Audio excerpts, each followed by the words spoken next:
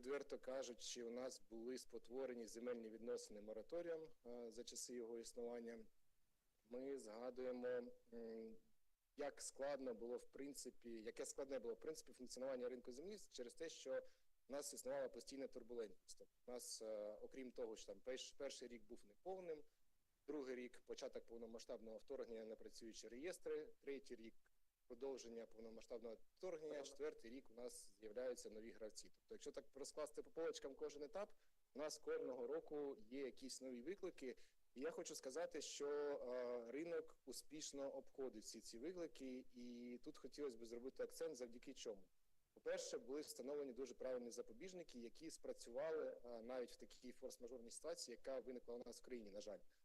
Згадаємо хоча б там індикативну ціну, прив'язану до нормативно-грошової оцінки. За рахунок цього у нас не відбулося там різкого падіння ціни, не відбулося різкого знецінювання, давайте відверто скажемо, земель сільськогосподарського призначення. І таких факторів дуже багато. І друга складова успішного проходження всіх цих викликів – це насправді інформаційне забезпечення. Тому що будь-яка політика має будуватися на фактичних даних, вона має будуватися на тому, що реально відбувається, і будь-які коригування, які відбуваються сьогодні в законодавчому полі, скажімо так, вони відбуваються на основі реальних даних. Тому я тут хотів би окремо подякувати Київській школі економіки, проєкту USAID AGRO, іншим міжнародним донорам, які допомагають в цьому, тому що без цього було б складно коригувати, приймати рішення, виважені рішення, які б дійсно працювали. І насправді, що ми бачимо на сьогодні? Ми бачимо, що у нас стартанув вже як четвертий місяць другий етап ринку землі, у нас допущені юрособи, і знову ж напередодні цього було дуже багато дискусій з приводу того, не можна допускати під час війни юридичних осіб, всі одразу все скуплять, земель не залишиться і все інше. Ну, тобто ті самі наративи, які звучали напередодні прийняття закону про обіг земель. Що ми бачимо на сьогодні? Якщо взяти аналіз останніх 3 місяців, тобто першого кварталу 2024 року, частина юридичних осіб в структурі всіх угод складає лише 1/5. З цієї 1/5 від всіх угод ми бачимо, що 30% – це вторинний продаж. Тобто юридичні особи фактично купляли на своїх фізиків, і коли закон почав дозволяти, вони почали викуповувати цю землю, яка була фактично куплена на фізичних осіб. І це ще раз підтверджує те, що ті міфи, якими оперують противники ринку землі, вони в принципі не працюють, тому що ці люди не орієнтуються або свідомо роблять вигляд, що не орієнтуються в ситуації в агросекторі. Насправді сьогодні ми розуміємо, наскільки складний був 22-23 роки, ми розуміємо дефіцит обігових коштів, і точно пріоритетом на сьогодні у агрокомпанії не є викуп своїх земель. Так, є дійсно стратегічні землі, які там під переробку, під ще щось, вони їх викупаються. Але щоб у всіх була ціль там скупити все прямо зараз, такого точно немає і не буде найближчий рік, так точно, на жаль. Тому я хочу ще раз подякувати організаторам цієї події. Я тут в залі бачу дуже багато людей, які дотичні до прийняття земельної реформи, тому я вважаю, що у нас все вийшло, і сьогодні ми вже можемо проводити такі не тільки проміжні результати розглядати, але й окреслювати, скажімо так, найближчі перспективи, робити прогнози. Дякую. Дякую, велике, Денисе. Друге вітального слова я запрошую все ж таки Ксенію Сидоркіну, директорку програми USAID з аграрного та сільського розвитку, USAID AGRO. Ксенія, ви з нами? Так, доброго ранку, колеги, вітаю вас. Бачу, що мене видно. Ксенія, вітаю. Вас поки не дуже чути, 1 секунду. Зараз чути мене?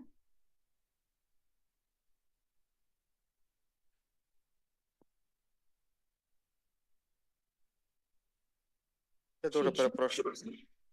Чути, зараз чути. Я перепрошую за технічні неполадки. Дякую. Добре, дякую. Отже, починаємо тоді. Дякую. Рада вітати всіх учасників сьогоднішньої дискусії «Ринок земель. Нові гравці, нові перспективи». Дуже приємно сьогодні, що про ринок землі говорять саме в цьому ключі, як про одне з головних джерел надходження грошей до бюджету. І ми бачимо з кожним місяцем, що це з'явище все у нас підсилюється, зростає надходження, відкриваються нові перспективи розвитку і не тільки агровиробничому сектору, але й громадам в цілому.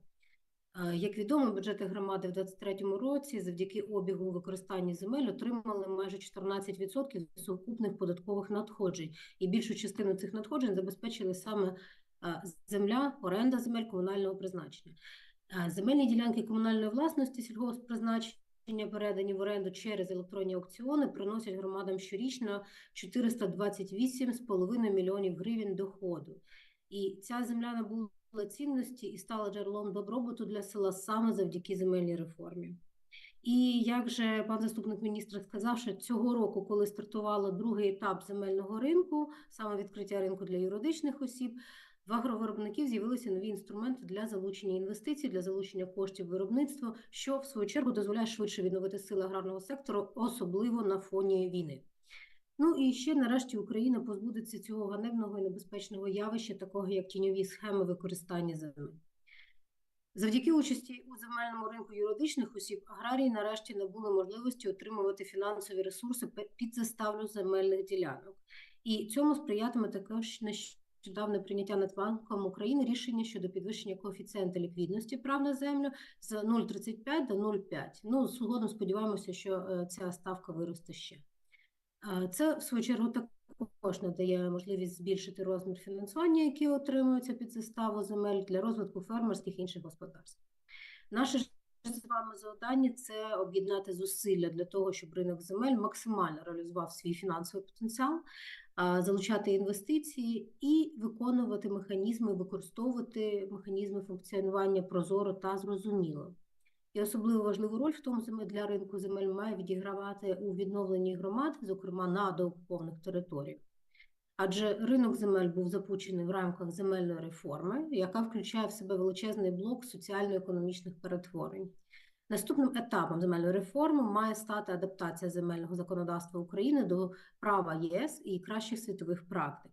Щоб допомогти уряду та парламенту виконати це завдання, необхідні для прискорення євроінтеграції за підтримки нашої програми USAID AGRO, самі кращі експерти, які сьогодні з нами з міжнародного права розробили концепцію гармонізації земельного законодавства України до права єС.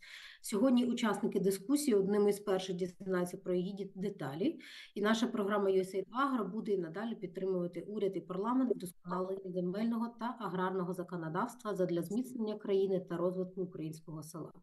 Я дякую нашим партнерам Київській школі економіки за масштабну дослідницьку роботу, проведену в межах нашого спільного аналітичного проєкту «Земля незламності», а також консорціуму юридичних компаній Сівіта, Екво та Ізі Бізнес за розробку такої важливої своєчасної концепції, реалізація якої наблизить наш вступ до ЄС. Також дякую всім урядовцям та парламентарям, які підтримують ці важливі для країни реформи попри війну. І бажаю всім сьогодні учасникам дискусії плідної роботи, бажаю, щоб всі ми вийшли сьогодні з розумінням того, як надалі буде розвиватися ринок земель і в цілому, як ми будемо відбудовувати країну з прозорими механізмами, чесними, такими, які забезпечать добробут всіх громадян України. Слава ЗСУ! Бажаю гарного дня сьогодні, всім гарного робочого настрою. Дякую велике, пані Ксенія. З нами була Ксенія Сидоркіна, директорка програми USAID з аграрного та сільського розвитку. І ви правильно зауважили, що наступний челендж, наступний виклик для нас – це адаптація законодавства до законодавства ЄС. Про це буде сьогодні наша друга панель. А зараз я запрошую до заключного вступного слова пана Дмитра Макаренка, виконуючого обов'язки голови Держгеокадастру. Дмитро, ви з нами? Так, доброго ранку. Вітаю, Дмитро. Сподіваюся, що чути мене добре. Хочу привітати всіх учасників публічної дискусії з приводу public discussion. It's understandable that we have very topical event today, very relevant. I'm not going to highlight how important it is. It's understandable. From our side, I would like to say that we are a central governmental body implementing this policy. We constantly provide monitoring and dynamic of the market and its development, especially after the implementation of the second stage in 2024. And what we are observing right now is that all stakeholders that are involved into this process need actually very relevant and accurate monitoring with the usage of analytical tools. And actually actually, we are already working on this monitoring, and this year I hope we will be able to implement the system of proper automized monitoring, and everyone will be able to get correct data in a clear format and analyze the condition on the market. Of course, I'm not going to talk about the indicators. Dear experts will talk about that during our panel discussions, but I would like to mention several main words. First of all, it's of course expectable that with the second stage, the dynamics of the market increased, and now we have legal entities. Now it's understandable, and that we could have foreseen this, that the price would increase as well. And what we see right now is that legal entities still did not rush to buy all the lands when they got this opportunity. And what is important to say is that our organization constantly monitor, our state service constantly monitor the situation on the market so that all stakeholders, in particular notaries, can perform their functions easier while using program methods and national opportunities of software of State Services of Ukraine for geodesy, cartography, and cadastry. We have lots of useful functions, and we hope that we will be able to implement all of this. I wish all of you fruitful discussion, and glory to Ukraine.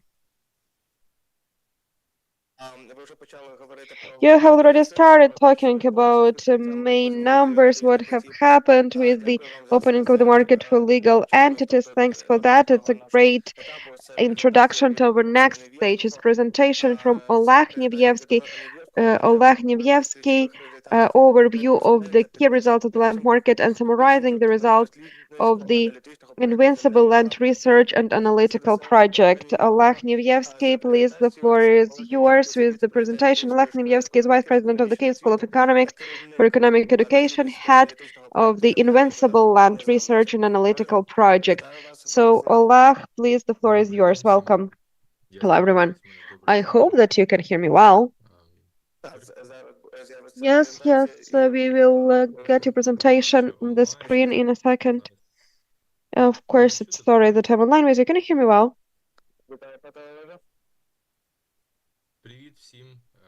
Welcome. Hello, can you hear me well? Yes, we can hear you perfectly well. You do not hear me well? No, we hear you perfectly well. Okay, thank you. I'm happy to see all of you. And we have nice picture from the audience. That's why I recognize lots of my friends and acquaintances.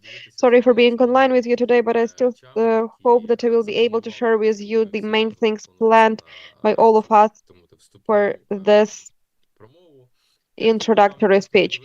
I would like to share with you during this time that I have main results. Not, of course, all results that I'm going to share with you, but only the main results. Those results which are important in our today's discussion and what, in our opinion, we need to focus our discussion on. Our project has been lasting for 1 year already, and we have separate websites at a page where you can go and get acquainted with the results of the analytical activity of our project. Together with our friends from USAID AGRO, they support our project. We have done a lot with the help of our analytical monthly reports and quarterly reports, where we, despite of the fact that we analyze and comment current state of affairs in land market, we also try, let's say, in a surgical way, in a very thorough way, we try to look at important analytical aspects that no one but us in Ukraine raise, and we try to highlight it in our analytical reviews, recommendations, or talk about these or that problems that might arise. We actually have analyzed lots of things and highlighted lots of them. You see some of the results on the slide, but in a nutshell, of course, a huge component of the work of the analytical institutions like Kyiv School of Economics is in struggling with this asymmetry of information because of transparency of information, because of highlighting certain problems. all get benefit from such activity, but in particular, we can focus on some things. For instance, from the very beginning, we started talking about the registration, about the law registration, then this problem disappeared, and everyone saw the general picture.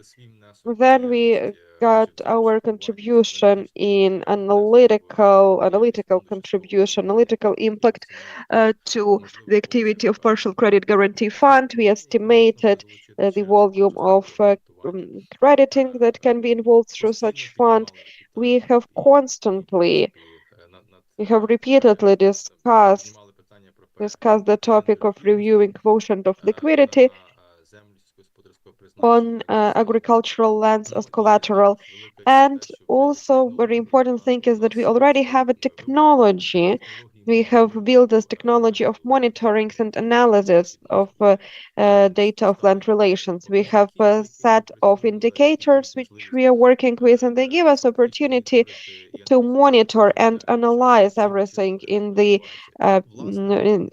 real time, the development of the market. And that is in the basis of my presentation. And I would like to, part of the fact that we look at the main results, and I would like to focus mostly in this presentation on the land as a tool for financial involvement, additional resources, because from our point of view, it looks like in the general discussion, in all this general noise that we have around land, this aspect of financing, this powerful source of generating financial resources for Ukraine and for the sector in particular is kind of overlooked. And that is extremely important because under current conditions, when we have lack of financing, Ukraine needs to find its own resources for involving investments, for involving finances.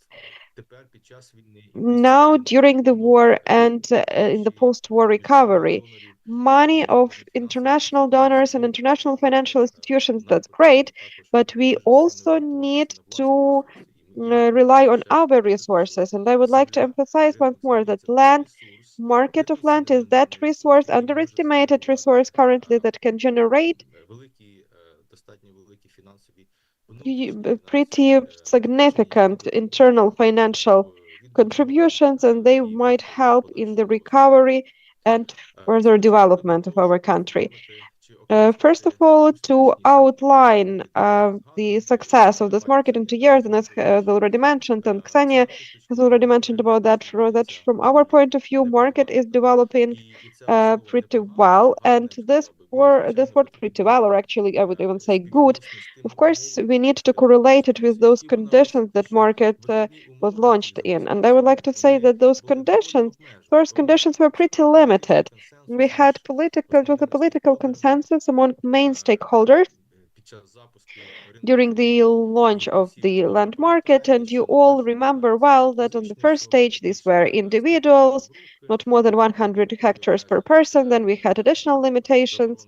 It was prohibition to send municipal lands, minimum price. So preemptive law. So it was really a tiny market with lots of limitations, and to expect big results, it was absolutely worthless. But the results talk about themselves. In the second stage, a little bit expanded this framework, liberalized it a little bit.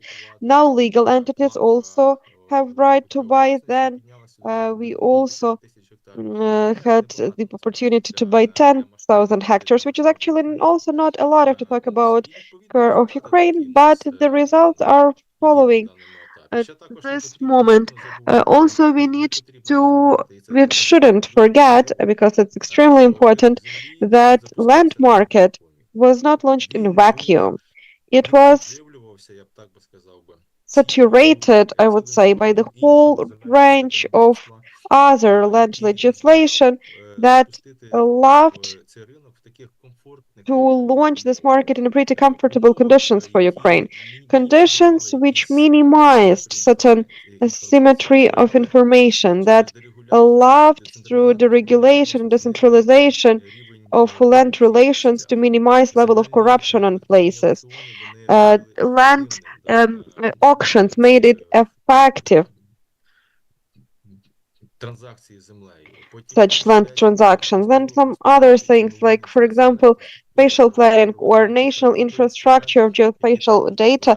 It is also that tool that allows to saturate, to fill in the market with the information, which is extremely important for the market to work effectively. State agrarian register, the same. The fund of partial credit guarantee fund, also that started working at the beginning of this year, lets small agro producers get financial support through partial grants. So it was not launched in vacuum. We had nice kilo from other laws, and they made this launch safe and effective.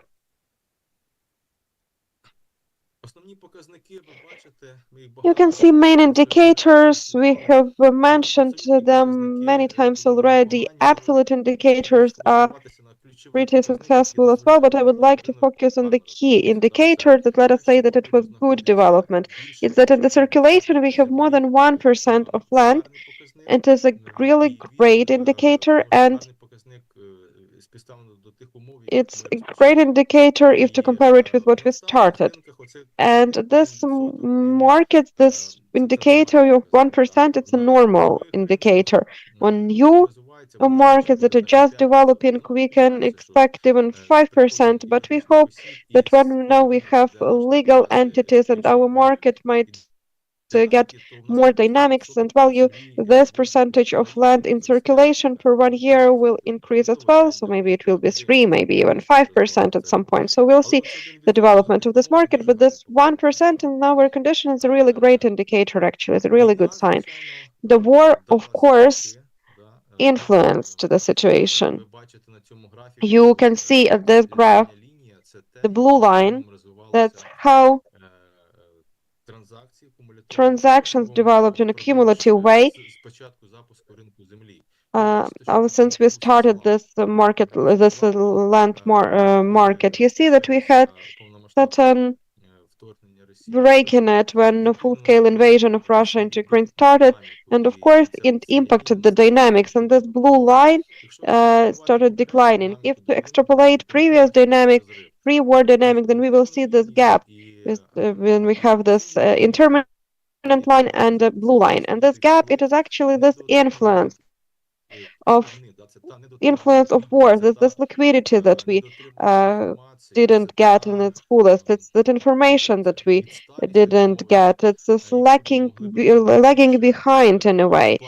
And this about this information that we didn't get, because I'm going to talk about the increase of liquidity quotient, and because of this gap, we did not get this information, that liquidity, that if we hadn't had this war, then probably the National Bank would have been able to increase this quotient of liquidity much faster, but this gap is pretty significant, and according to our estimation, it's around $325 million of liquidity that we lost on the market because of the Russian aggression.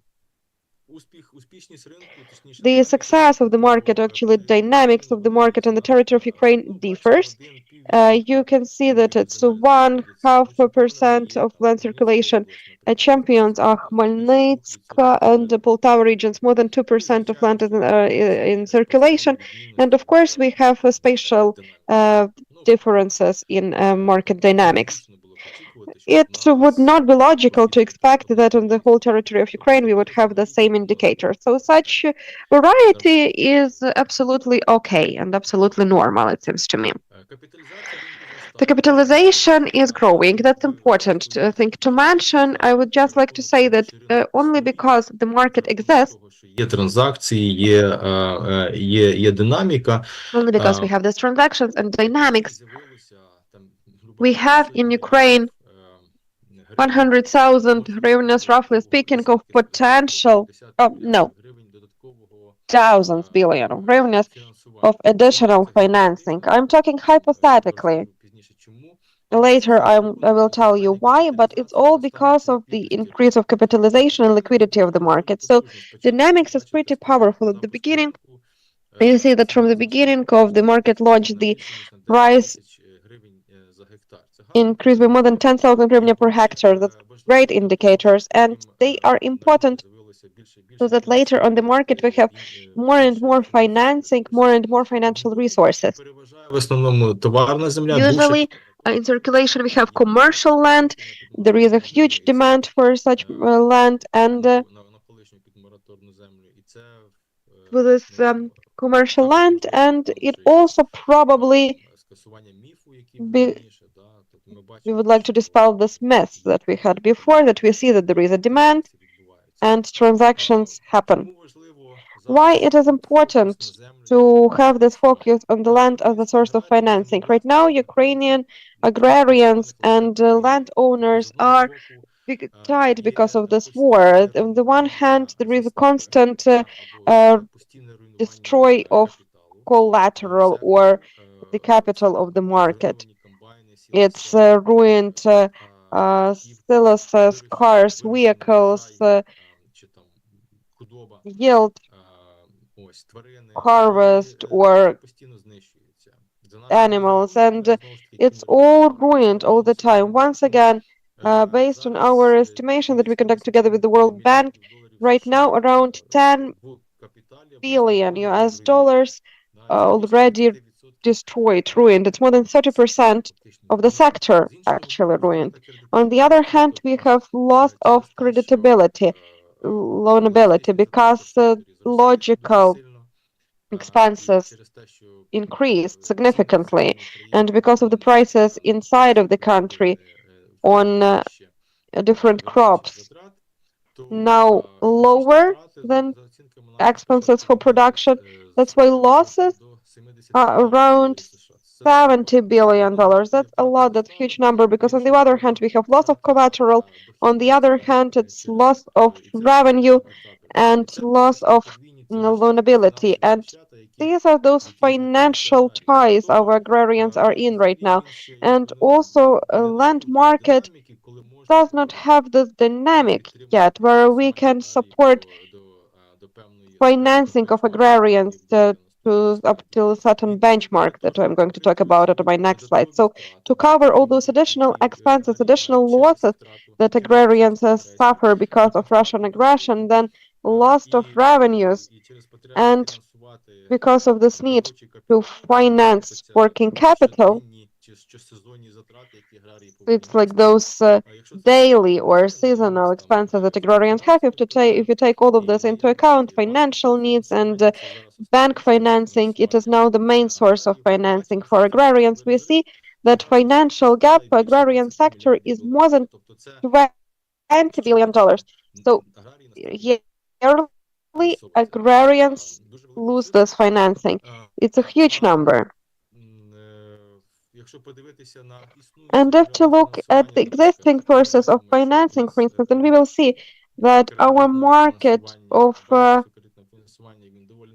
financing, loan financing in the banks is pretty low, but the land is something that can provide big impetus from our point of view. Because if you look at the USA, for instance, then you see that this picture of debt of the agrarian sector in the USA. You see the structure. Blue line is this volume that can be involved, and they are involving in the USA for real estate. Mostly it's agricultural land, and you see that it is the main way of involving financing to agrarian sector.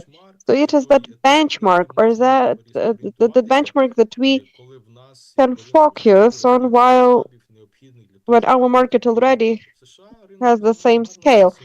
In the USA, land market is one of the exemplary markets for the world. That's why for us, it's a great example to understand where we can end up and what resources we may get through land market. If just calculate it in a very simple way, we can already see that right now market capitalization is around $50 billion USA if you take into account price, volume. Maybe it's a little bit different numbers for somebody else, but we calculated it's around $50 billion. If we take this quotient of collateral that we already have now, and that the National Bank of Ukraine recently it increased to 0.5, then we see that it creates space for involving financial of $25 billion. That's why,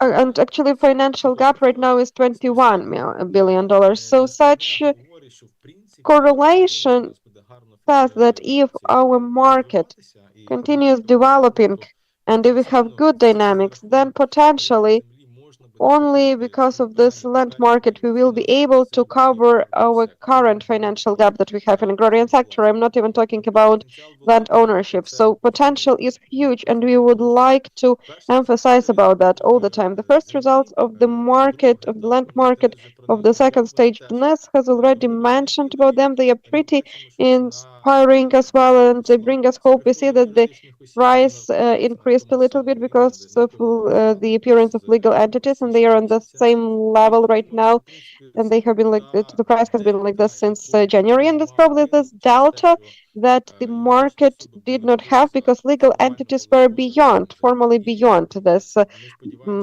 land market, and we hope that this dynamics with such increasing tendency will be we will still see in the future. And also, land is not used potential for community development because these are all the same thing, taxes, it's additional resources for communities. Ksenia has already mentioned that right now it's around 14% from the general income of the community. And what is interesting, you can see in these two columns that other sources, if to compare those periods, previous year and this year, you see that volume decreased, but in green number, this part of the column, it's land. And this number actually increased. It's not a paradox, but it's just an interesting fact how the situation is developing in communities. So we see that there is a potential for growth. If to look at it in more details, at tax income and I mean like income tax and a single tax, land tax, and also minimum tax liability, then we see that step by step, but we have this increase of income from the land. Of course, it is very far from that moment when we can say that it's effective, but we have this positive dynamics, and that is the most important thing. The most important thing for us not to stagnate, but to develop and to add those tools that might make this management of land resources more effective, more transparent, and so that it can provide more opportunities for communities to develop. Here we have this graph. You see that throughout Ukraine, the situation is versatile. It just means that effectiveness on land resources management in the territory of Ukraine is different in different communities, and that is also something that we need to develop and analyze in the future. Main conclusions. From our point of view, market has pretty good results. More than 1% of land is in land circulation. It is really, it is a good result. We expect even more benefit in the future because this market will get its muscles. It will become bigger. It will become more transparent. It will get this informational safety pillow, and if we increase liquidity, the results will be great. We are sure of that. The first results of the market with legal entities also bring us some hope, and they are within our expectations. And land market, from our point of view, will help to generate financial resource of agro sector, and it will help to develop our country for landowners and for agrarian sectors in particular. And of course, a lot has still to be done to open the potential of the market, but that's probably a discussion for our panelists and for further work on land market. Thank you for your attention. Thank you. Дякую за таку Thank you, інформативну Oleg. Thank презентацію. you for this informative Я presentation. зараз запрошую And до right now, I would слова like наших to перших give the floor підписантів на нашій our першій first панелі panelists of our дискусію first номер panel один. discussion. Panel discussion number one. It's called New Players, New Rules. How the participation of legal entities contributes to the development of the land market in Ukraine, and what analytical tools the market needs in new conditions. I would like to give the floor to Oleg Homenko, CEO of Ukrainian Agribusiness Club Association, Inna Bernatska, Vice President, Notary Chamber of Ukraine, Volodymyr Radko, Project Leader Kupipai Investment Company, Yegor Lisnичий, Commercial Director Tvoyakola Investment Company, and Roman Gorbets, co-founder of the Astra Family Farm. Thanks a lot for joining us today and for coming for this panel. I'm very happy to see all of you. We know all of you personally, and we know that we will have a very professional discussion right now. I would like to start with a question to Oleg Homenko, CEO of Ukrainian Agribusiness Club Association. USAID mostly gathers medium and big manufacturers. Maybe you have communicated with your members whether they take part in this land market for legal entities, and generally whether the condition for agrarians now is such that they can buy land actively, and if yes, then do they buy that land that they are working on already, or they plan to use this market for expansion? Allah, thank you for joining us. The floor is yours. Well, first and foremost, we need to understand the conditions of agriculture and agricultural producers. If before the implementation of the first stage of land market, we were saying that all agrarian companies, they were developing separate strategies on how it might develop, and they tried to work with notaries. They were working on the whole mechanism. Right of now, what we can say is that the horizon of planning in agriculture is 1 quarter max. That's why some strategical plans of buying out it's not even discussed, and it's not in the agenda right now. And even if you're talking about expansion, then it's taboo, because we all see losses in agriculture. They have been mentioned. It's around $70 billion general losses, and we see losses as a result of season 2023-2024, where practically all production, logistics, aid,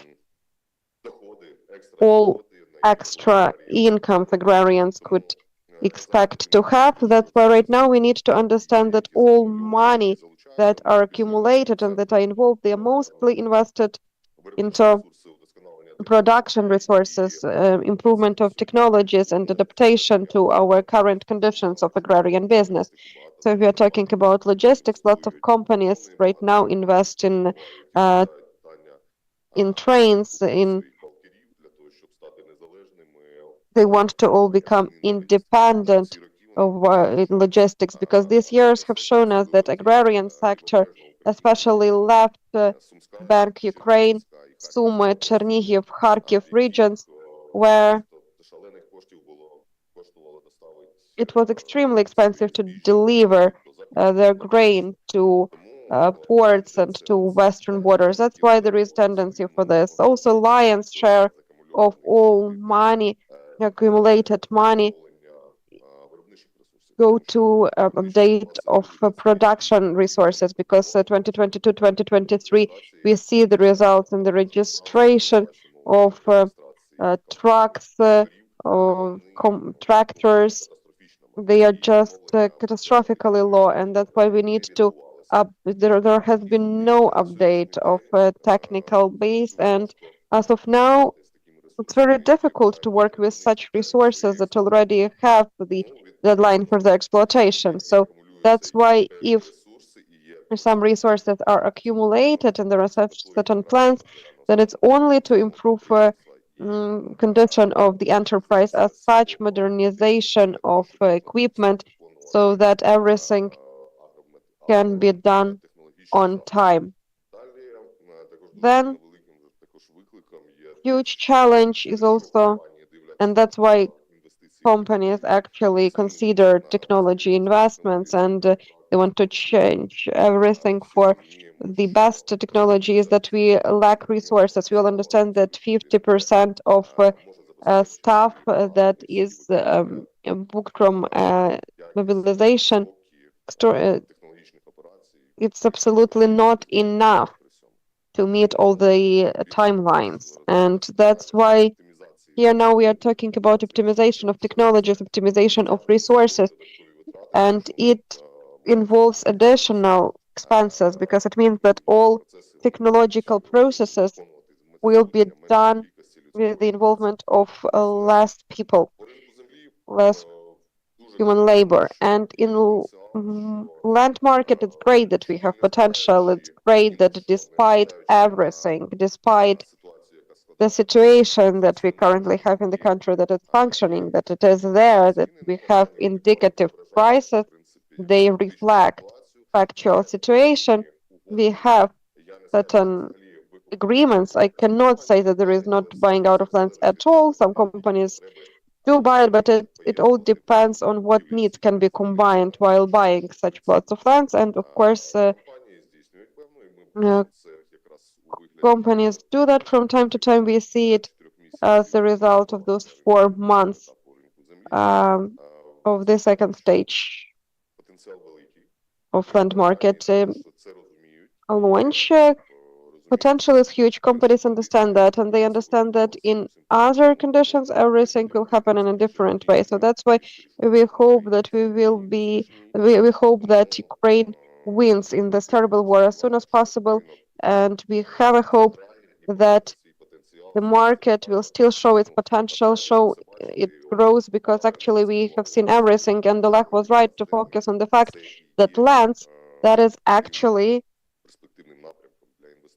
really good direction for investment and increase of liquidity of a company and development of agro sector as such. That's all I wanted to say. The only thing actually I would like to mention concerning land market, as any kind of market, it can give rise to certain machination, certain schemes. Of course, it's good that the market is working already, but there is certain manipulation with land, but it's not there on such a level as it used to be. But I would like to say that in the law about land markets, we have certain limitations.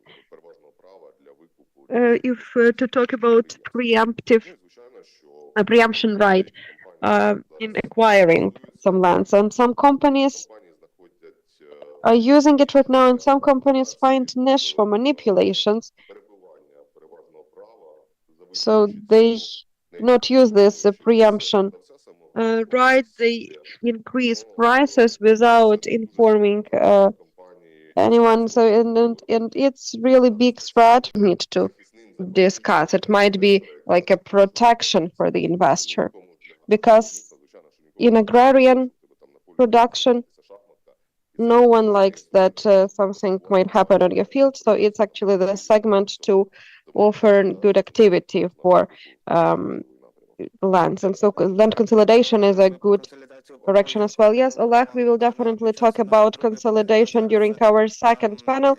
And right now, I will change this internal plan that I had in my head. We heard already the picture from bigger enterprises. That for bigger enterprises, land acquiring is not in the focus right now, but still, more or less, they are buying something. Right now, I'm interested in the position of smaller enterprises. So what? Now I would like to give the floor to Roman Hordetsko, founder of the Astro Family Farm, and I have a question to you: whether you bought land before before market was open for legal entities, and maybe you bought it after, and how do you do this? Do you open a separate legal entity for this? What's your strategy, and what's your motivation in land acquiring, and whether you're planning to use it as a collateral in loans. We have mentioned this today already, and taking into account what Olaf mentioned for us, if have you faced such manipulations? Yes, hello everyone who's present here today. Thank you for such a complex question. During 25 years of our firm existence, yes, we have bought lands before the market was opened. At the beginning of 2000, for several months, there were certain resolution that legal entities could buy agricultural lands, and that's why members of our farm, we bought around 300 hectares, we can say, for all savings that we had, and it all worked. And at that time, it was really a significant contribution in increasing land bank because of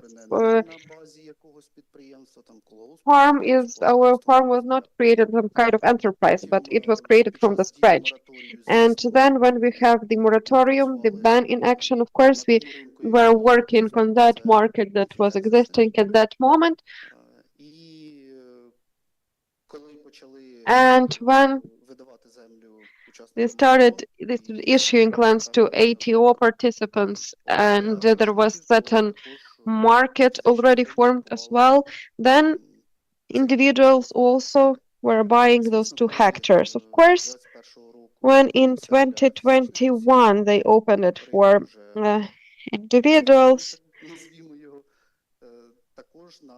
legal market, of course, for every member of a farm we bought land areas. We were waiting a lot, and we are probably one of not so many medium or small agro producers that always have been for land market, because we understand economical preconditions and consequences, and notion of private property is not something something that we cannot understand. So of course we started buying, and we are still buying.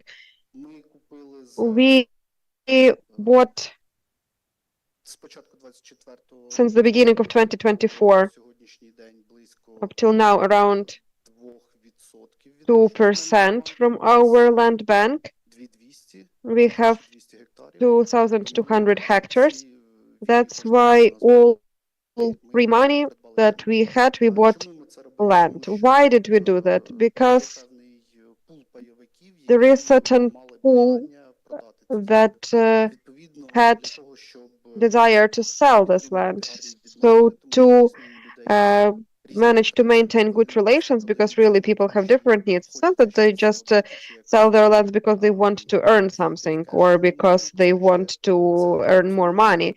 Mostly people sell their lands because they have certain needs or problems. For us to maintain good relations, of course, where we could, we bought those lands because there is a demand with too high desires, and then we cannot meet them, because our task is not to just blindly buy everything that is on the market. We have even certain mechanism of estimation. We are using this method of future cash flow. And as you understand, with the decrease of marginality of the business during the war, our price, estimation price per 1 hectare also decreased. And we try to find some kind of balance between a buyer and a seller. So what is our main motivation answering this question?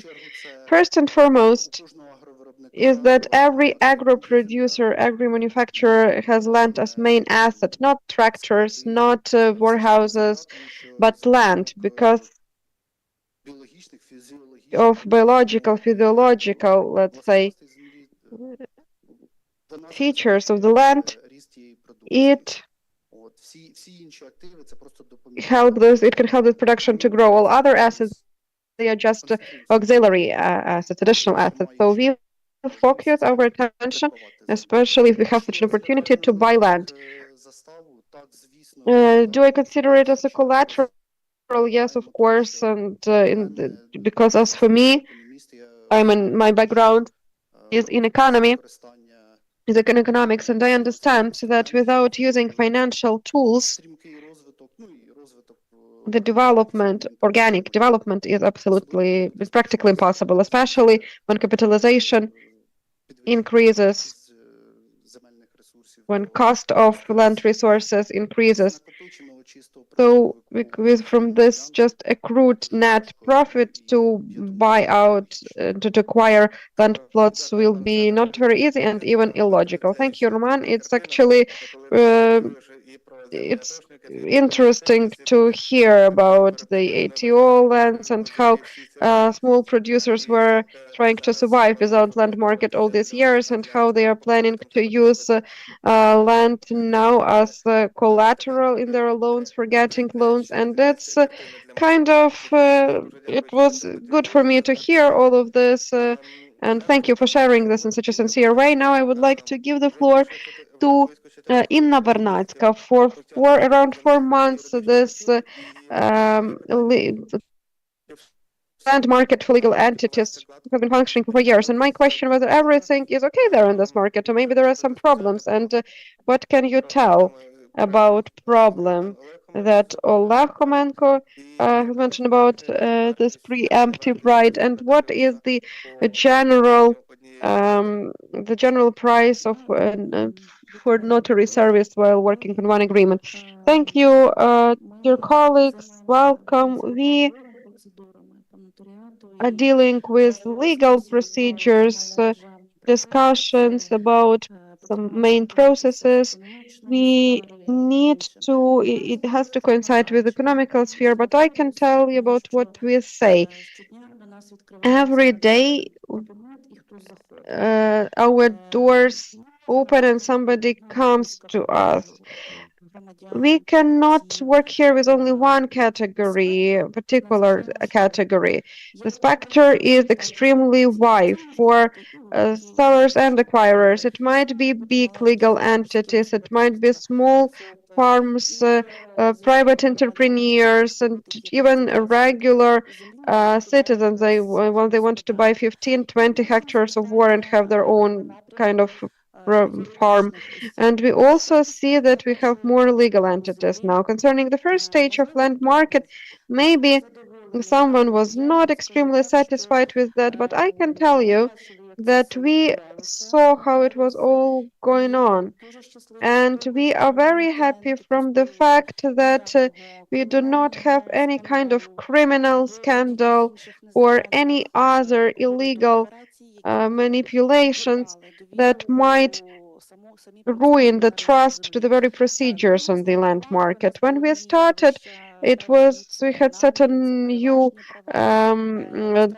legal phenomenon for us, like preemptive rights and so on and so forth. It was difficult to fit in our concept of registration legislation, but we managed to do this. And right now, for citizens, buyers, we have certain simplification.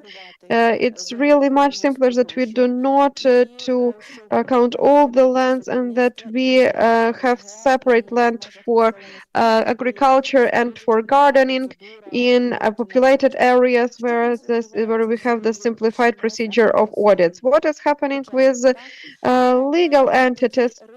Well, such features that we would like to mention is that legal entities were not in a hurry at the beginning of the year to buy all this land, to acquire all this land. Why? We have observed different reasons. First and foremost, they were afraid that there might be some legal update, or that it will be some kind of regulated and limitations, and they will not be able to manage these lands. So that's why they were afraid.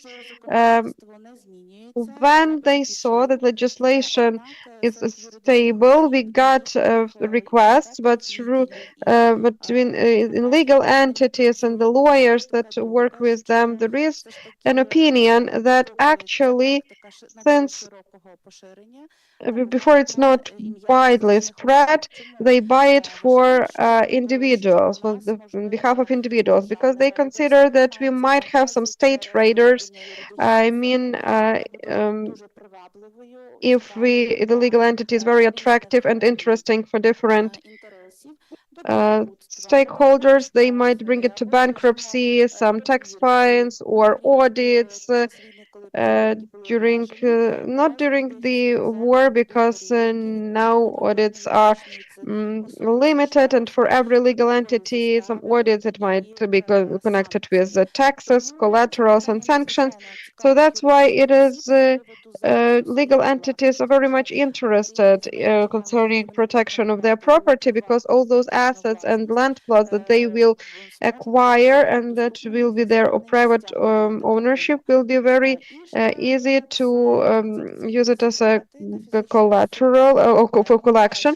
And also we now have expenses per one person. Cadastral service really helps us in developing services. Twice we already got access through agency of cadastre on getting information on different identification of land plots. We can look at one plot, for example, through this functionality. We have increase of work volume, and for individuals, transactional expenses really influences how many legal entities this owner has, because every legal entity, as recently I have had such case, there is the legal the 24 the person is a participant in 24 legal entities. So every time, whether it's 2 hectares or it doesn't matter, it has to be 20. We had to take 24 registers, and we have to look through all of this. We need to get all this information about all those 24 accounts. But what I wanted to talk about, that mostly what we have faced with, what challenges we have faced with, it's the problem of communication through Ukrposhta. Something has to be done with that, because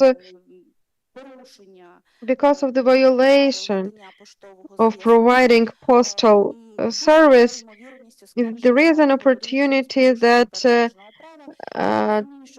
we will appeal some laws because of the violation of preemptive right. I understand that it might be used as formal conditions, because if in the tracking we have indicator that the message was delivered, but actually it has not been delivered, they just sell this letter to the notary that, excuse me, but you can get back your 60 or 80 hryvnias, and that's all. But concerning all other payments and interest of 2 or 3 parties under the risks, it's just a catastrophe. So that's why here we will have to look for some kind of rights about informing of such messages and not to have any violations with that. Concerning everything else, we now have demand on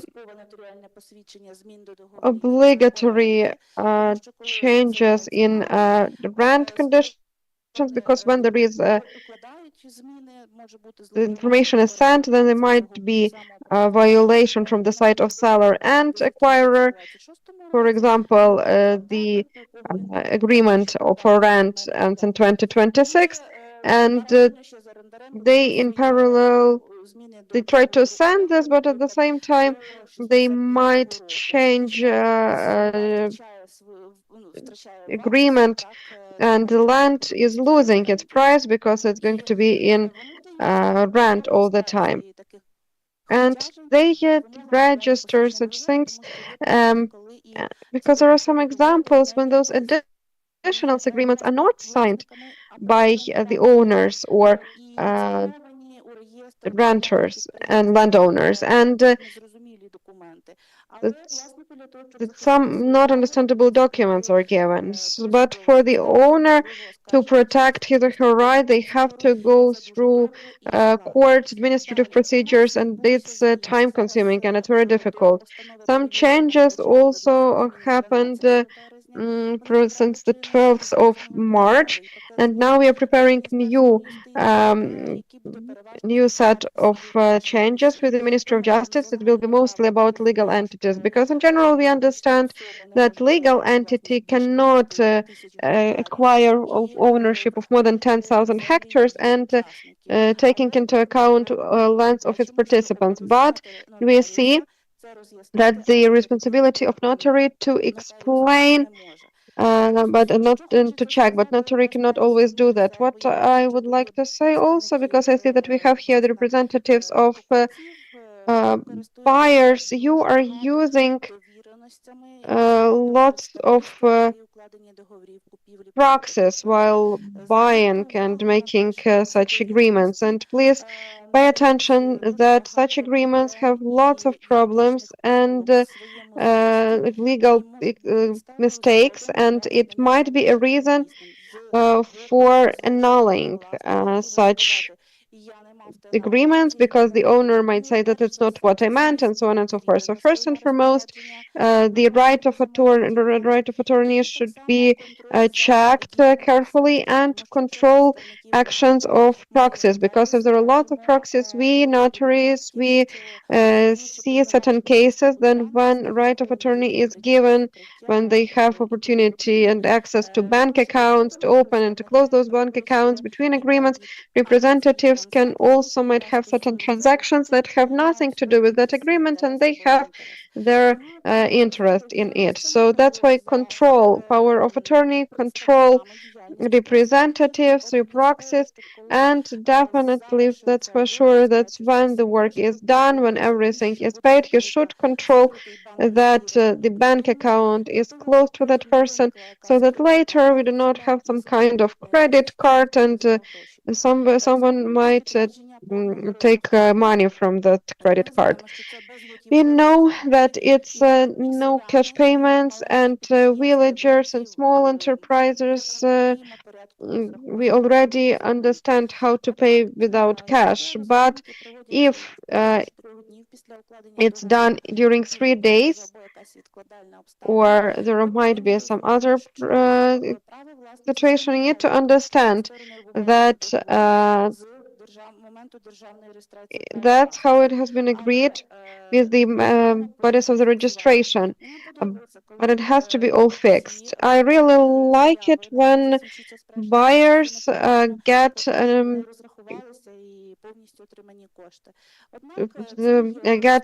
documents that money has been received in its fullest form, but it's not obligatory document. But you know that in banks they reserve document for a certain period of time, so all those payment documents have to be in agreement. So if you have some kind of land pool and it will have 2,000 or 3,000 agreements, all documents have to be preserved together. There has to be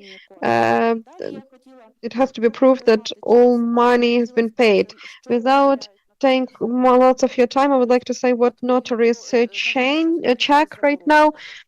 So we do not have, for example, ban anymore for legal entities for buying lands for commercial agriculture and land certificates. I would like to draw your attention to the fact that legal entity cannot acquire land if participants of this legal entity are other legal entities. We cannot buy land. There is the conclusion of our commission of Notary Chamber of Ukraine. We started working with it at first, and then buyers declined this because they understood that it's better not to do this. Later, concerning acquiring shares in statutory capitals of legal entities, before proving the signatures, we have the process of checking the acquirer, and this protocol of checking will definitely go to the registrator, so that for such legal entity, we can sell a certain share in the statutory capital, and as well, if some land goes to statutory capital of legal entity, then from its statutory capital, when the founder leaves it. Do we have such procedure? What do we need from legal entities? The first and foremost, shortly, I would like to mention what we are going to ask. We will ask passport copies of participants and beneficiary owners. We need to see citizenship. We have problems already. It's appearing that individuals, citizens of Ukraine, were buying it, but they also at the same time had citizenship of other countries. Notaries cannot check it, even in higher qualification commission. When we send our request, we cannot receive this information. Yes. Sorry, excuse me, but I have to ask you to wrap up. About transactions, I wanted to remind you. The only thing I can tell you is that passports, it's immediately you need to have copies of them.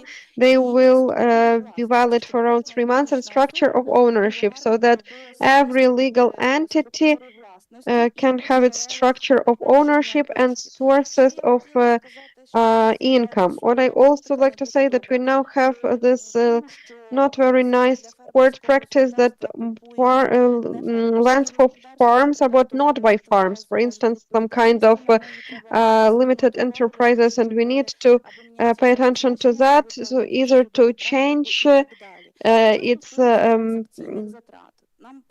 purpose, or we need to change the practice. Concerning transactional expenses, we now will have financial monitoring checks, a sanction legislation for you to understand. It will be from 100,000 to 130,000 fines, and they will all be all sum up. It's a huge amount of audits and different informational platforms. How it's going to happen, if it's going to be very rigid, then notaries will have to continue the procedure, and it is more expensive. If it's more or less loyal and with the understanding of our resources and our responsibility, then we will be working in our regular way. Concerning transaction expenses in individuals, we see a decrease of expenses, and for legal entities, we see that we need to check offshores and sanctions and financial monitoring as well. And it's huge volume of work. I am sure that if notary works a lot with land, then this notary gets lots of experience. And for example, one legal entity, we can work faster and it can be cheaper. If it's from the scratch, we check some kind of legal entity, then of course it's longer and more difficult. And what is the corridor in your opinion? It's difficult to say. It's from 6 to 10,000 hryvnia approximately. Okay. So now we are now giving the floor to participants of the market, and for legal entities, as far as I understand, because of this amount of audits, the price will be higher, right, Inna? The price of audit, the price of working with this agreement, with the contract, will be higher. Not necessarily. If legal entity buys and acquires and is a participant in 24, for instance, then, and if it's, for example, one legal entity with one participant, with one individual, yes, you understand what I'm trying to say, then it's not necessary to tie it, whether it's legal entity or individual, but usually for legal entities, there will be 25% more audits. Okay, thank you. Now I would like to give the floor to Volodymyr Radko, project leader KuPi Investment Company. First of all, I would like to hear from you whether you have some double checks for notaries, because I have heard different opinions from the members of the market. Hello, to welcome all participants. Thank you for this invitation. Really interesting discussion, interesting information. And it seems to me that right now, unfortunately, the microphone sound is not very proper. We try to have the analytics of the realia that we are trying to have. And we have to deal with this on a daily basis. If to talk about notaries, then it's one of the difficult stories at the beginning of a land market. We did not know how to understand, we did not understand all of this. Not all notaries were involved in this, so we had different problems with this. And sometimes in 2 months, something could have been done. But prices at the beginning were more or less the same. Unfortunately, this sound is awful.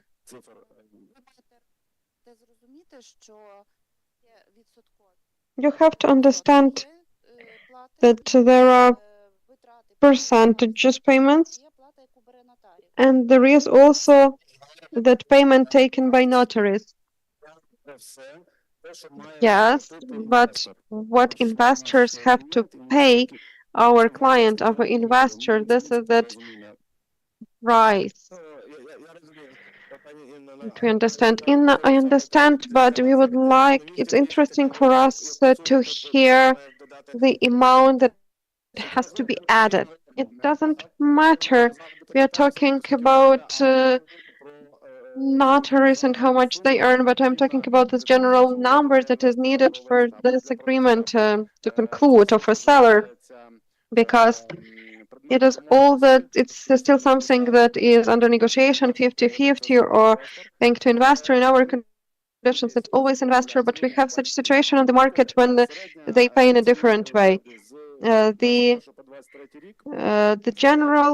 average price is around 12-13,000, or sometimes it can be 7-8, but sometimes it can be 17-18. But the average number is 13-14.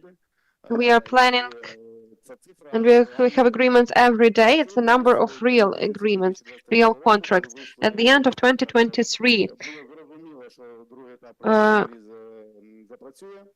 when we understood that the second stage of land market works, since January they have the notaries started raising prices for their services, but we understand that at certain point price should decrease because the processes will become more understandable. But in 2022-2023 it didn't happen. Maybe in 2024 already 20-30% of notaries told us that the price will still increase by 10-15%. For you to understand geography, where we are working, we had contracts in 20 regions apart from Zakarpattia, Ivano-Frankivsk, Zaporizhia, and of course Donetsk, Luhansk, and Crimea. Thank you. That's our current statistic. Thank you. And then we have two representatives of the market, land market with us, and I would like to ask Serhiy Yegor Lesnitschy, Commercial Director to Eco Investment Company, if you have the same situation. If not, then we will move to other aspects. Thank you for the invitation. It was really great discussion. I cannot give you any other information. And really, Volodymyr was right. The average number is 13-14,000 hryvnias. It's a general amount that investors have to pay. Really, at the beginning, it was extremely difficult. We had just huge numbers. Now we understand that there is a certain trend in decreasing this price, but significant decrease, no, we do not see it. So that's why really the situation is in this exact way. Yes, if to comment, please comment everything in microphone. Yes, for you to understand that notary has 52% of tax load to the budget. So if service costs 6,000 hryvnias, then it's around 3,100 That's money to go to state, for you to understand. So of course we can show certain expenses and so on, but right now it's practically impossible because of the fiscal. If you do it in a fair way, if accounting is done in a fair way, it's almost impossible. And we are talking now about the fact that agreement from the point of view of investor will include power of attorney, agreements, contracts, because there are different documents, and some excerpts from land cadastre and bank information, administrative collection, and 1%, and in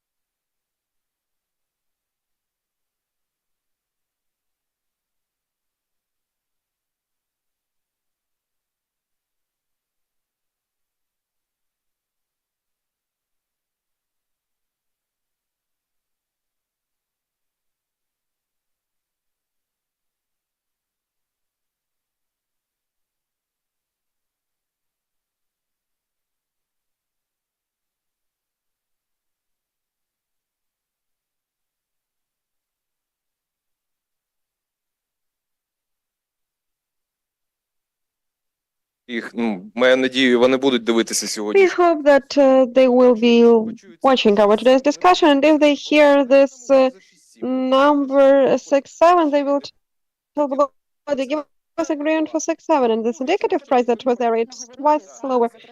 But we cannot talk about transactional expense of all transactional expenses, but only about notary actions, because colleagues mentioned that we are going to write it all down and and we will send them to the bank so they can see what they pay and how much they pay to notaries minus taxes. So it's very important to actually understand all of this. I would like to add from my side as well, because before I was working in USAID, I was the head of agricultural enterprise, and we had this interesting story with notaries that about this 40-hectare enterprise in 2-3 regions. So the difference is 10 kilometers administrative division, yes? So in some had agreements for 8,000 hryvnia, we go there because the land is at 20,000 hryvnia, it's okay. But this disparity, I understand that it is there, but in notaries, we have this principle of work and its independence. And because of this independence, because we're not a service of providing, we are not centers for providing services, we have this freedom of agreement. In the civil code, you have this freedom of agreement. In a state agency, you will not able to have preemptive right and all those agreements that you have to have, because the state did not care about providing notaries in remote areas. That's why all who gets certificate and to pass exams, they all want to go to Kyiv, and they want to work in the center of the Kyiv. They don't want to work somewhere near in the village near Belarus border. But we're working on that because we see that in Europe we have support of such notaries, but even from they get financing from notary chamber, and they get lower tax rates, but it will not be done overnight. Thank you. We still have some panelists that I would like to talk a little bit more with. It's Yegor Lesnichi and Valentin Radko, that's the participants of the market companies that help in buying and selling land. And I have a question to you. I will start from Yegor. If I understand you correctly, is that right that very often that land that you sell, there are tenants there, and very often they do not buy it. And maybe you know why big agrarians are not acquiring, cannot buying out their lands right now. Well, I would not say that they are not buying it at all. So let's start from the beginning of your question. Really, that land that we are looking for, that we are checking, and that we help investors to buy, it really all has agreements of rent, and that is a really important criteria for us. We thoroughly analyze this agreement, it's the terms of this agreement. It's an important factor for us, and investor is very thorough in all those terms and what percentage it will give. The second part of the question was that why they are not buying it or why they are buying less than we would like it to have to be. We are working on the procedure of first law and only in this format. For example, before the beginning of 2024, we were getting around 50% of 15% of answers when the we got we got declined because lessees were buying this land. Right now, this year, we see 20-25% of such cases. So we have increase of that share of land that tenant buys, then definitely higher right now. If we see that this rental period comes to its end in 2 years, then there is a huge opportunity, a huge possibility that this land will be bought by the tenant. But if I'm talking about those regions that are competitive, it's central part of Ukraine where we really have demand and active work going on. So tenants started buying more, but this number is not twofold or threefold higher. But we do see certain changes there. Yes, Volodymyr, and what about you and the activity of tenants that acquiring land? I can say that they are buying land actively or not actively. We do not have access to this whole statistics. I just wanted to answer why they are not buying this land, because such partners as our platform or some other platforms that exist together with us, our model of work is based on the fact that we recommend them not to buy it because it's more economically viable to rent this land and pay. By the way, it's very interesting statistics about prices with Yegor.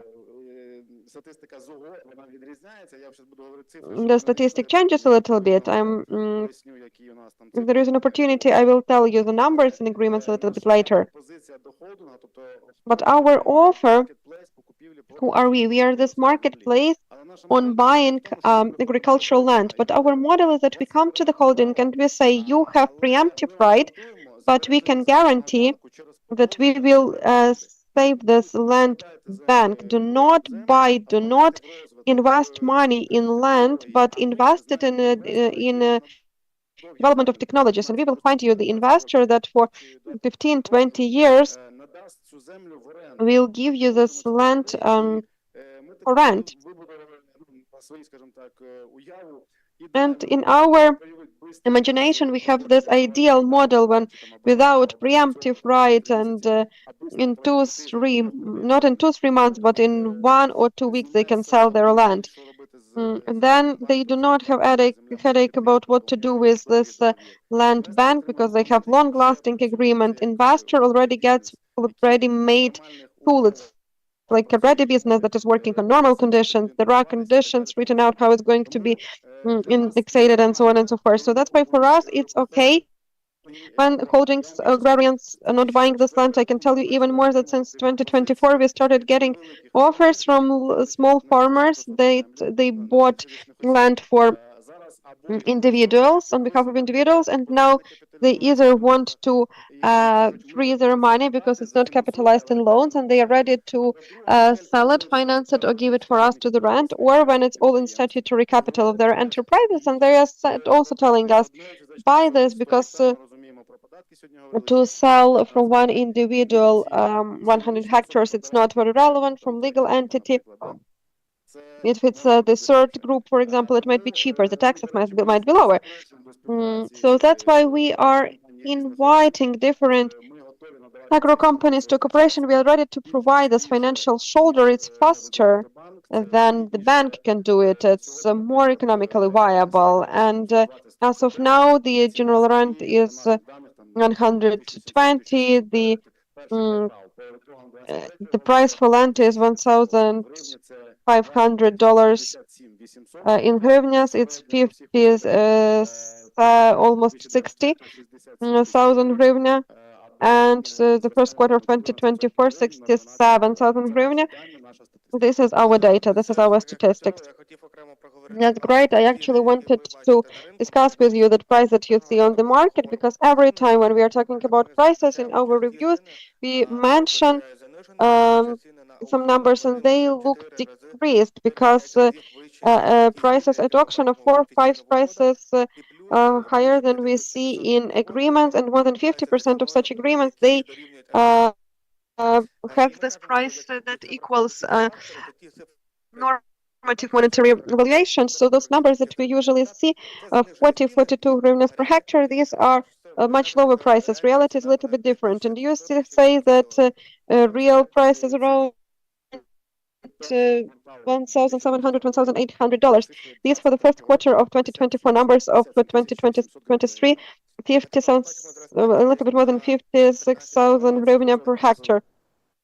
So we see 14% increase in hryvnia equivalent. With Igor, we actually had this discussion because we mentioned that in the first quarter, when the market land was opened for legal entity, increased by 13%. So we see that we have difference in levels, but the dynamics is similar. Igor, according to your data,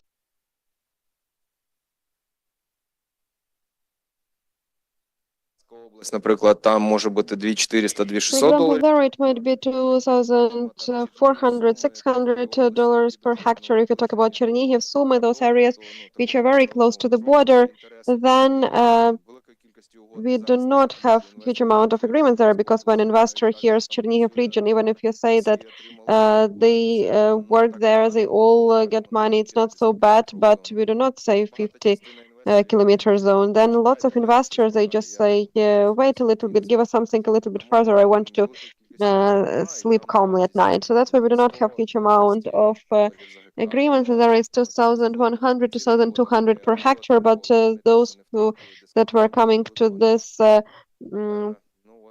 that were entering this area, they definitely haven't lost money on rent. And I can even say that when we have certain intention, then they will understand what's the price there, and very often tenants buy this. Okay, thanks a lot. Excuse me, but we are a little bit outside of our timeline, so we'll have to finish our discussion here. Thank you. I'm grateful to all participants. I got a huge, I received lots of letters from this discussion. We have, thank you.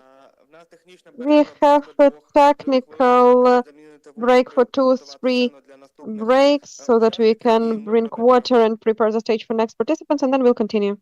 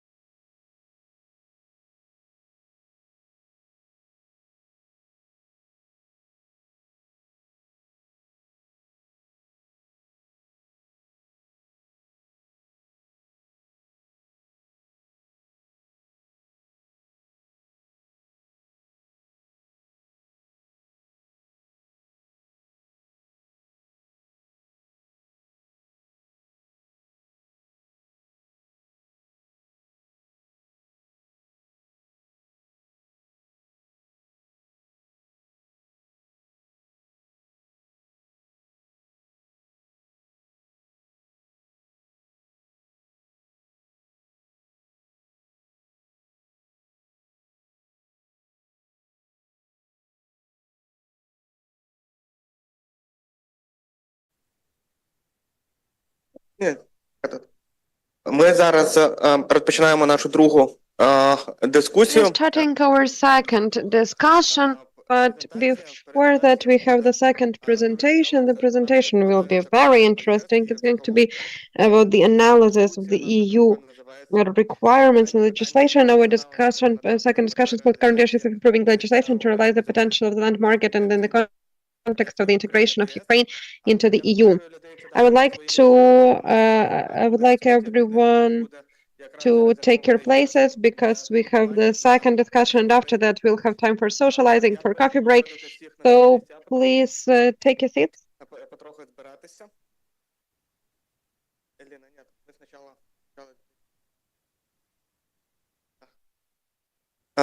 Відповідно, я запрошую до So I would like to, we have the second presentation. It's a roadmap for harmonization of land legislation to EU requirements, and I would like to invite Yulia Kirpa, executive partner, AGRO law firm, the company that conducted this analysis with USAID AGRO, and this event is also happening with the help of USAID AGRO. So we are extremely grateful to them for this, and I think that we all need to take our seats now. So Yulia can start her presentation. Thanks a lot.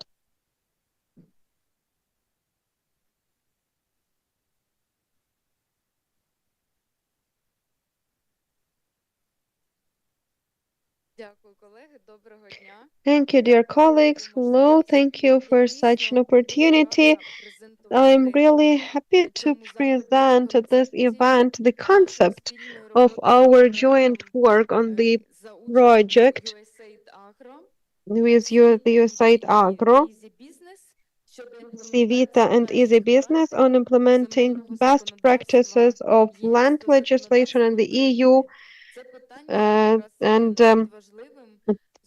it is extremely crucial item taking into account that road that Ukraine is taking right now to be integrated in the EU.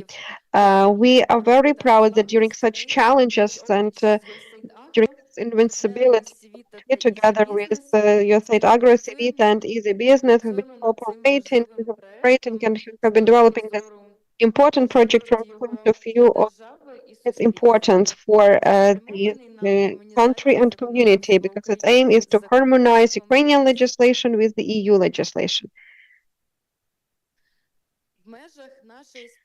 Within our joint work, we have analyzed legislation of many EU countries. That's why I will rely on certain materials and I will use them not to miss anything and to give you all the details about that. The main idea of the concept on harmonizing legislation of Ukraine with the EU legislation is in the fact that Ukraine has to do its homework before joining the EU, and it is about reforming of normative regulation of land relations. Our team has been working on the one side to define limitations because we see that different countries have different normative filters that are acceptable on the level of legal framework of the EU. But on the other hand, we also tried to define the most effective models of regulating land relations in different countries and to order a list of draft laws that have to be developed to be in compliance with the EU demands in the sphere. In particular, within our project, as you can see on the slide, we analyzed 12 countries of the EU that can be divided into two groups. The first is Western Europe countries. Here we have the Netherlands, Belgium, Ireland, Spain, and France, and countries of Central Eastern Europe, Lithuania, Poland, Romania, Slovakia, Hungary, Croatia, and Czech Republic. We selected countries according to three main criteria. First of all, it's representation of those countries that are leaders in the agro sector, and its correlation with Ukraine. If you look at geographical location, environment and climate conditions. Also, when we were selecting countries, we took into account different level of liberalization of land legislation and how relevant Ukrainian experience is in the context of joint EU. So here we also have been looking at those countries that had a similar path to Ukrainian path in adapting land legislation and lifting limitations for certain transactions with agro land.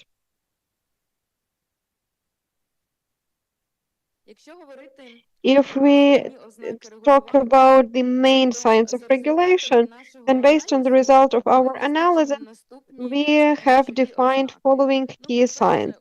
First of all countries have open market of agricultural lands, and there are no prohibitions. And it is because the European Union is built on certain fundamental principles, and one of such principles is the principle of free capital movement. If you have certain discrimination limitations, it will violate this principle. That's why, in fact, it is not acceptable, and in Ukraine, it cannot stay for longer if you plan integration to the European Union. One thing is to set certain conditions and limitations in terms for certain categories of citizens, or to have certain conditions for and requirements for legal entities. And the other thing is to have discriminational rights, as for instance, norm that prohibits buying agricultural lands in Ukraine for foreigners.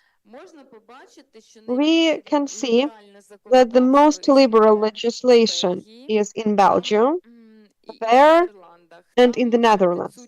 There, they do not have limitations about land circulation as such. For example, they do not have limitations about foreigners, they do not have limitations concerning certain education of those farmers that are going to cultivate that plot lands. They do not have minimum and a maximum square of those plot lands that might be in ownership. In France, vice versa, it's one of the most regulated markets with huge limitations in circulation and regulation of specialized state body that regulates the circulation of these lands. If we are talking about the most rigid limitations in all the countries that we analyzed, that's Hungary. Hungary is a leader here, in particular, in accordance to the law land in Hungary, legal entities cannot buy agricultural lands at all. And that's why land law in Hungary right now is under very sort of monitoring of the European institutions. And apart from that, there are certain things that are already discussed in the European Court of Justice concerning how they violate fundamental principles of EU existence. Ukraine also has to take it into account so that we can take some preventive measures and do not have limitations that are not proper from the point of view of European legislation that we currently have. Because from the position of the European Union, limitations on buying plants for foreigners that we have currently in Ukraine is, frankly speaking, discriminational.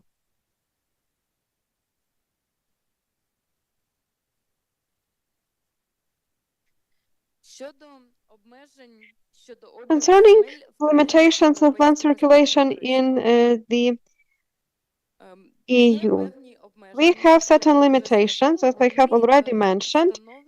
They exist so that rural population can be supported to maintain properties and potential of agricultural plotlands, to solve issue with land fragmentation, or to solve concentration of plotlands of one owner. They also are directed towards strengthening position of local farmers if we compare them with foreign investors. To such limitations,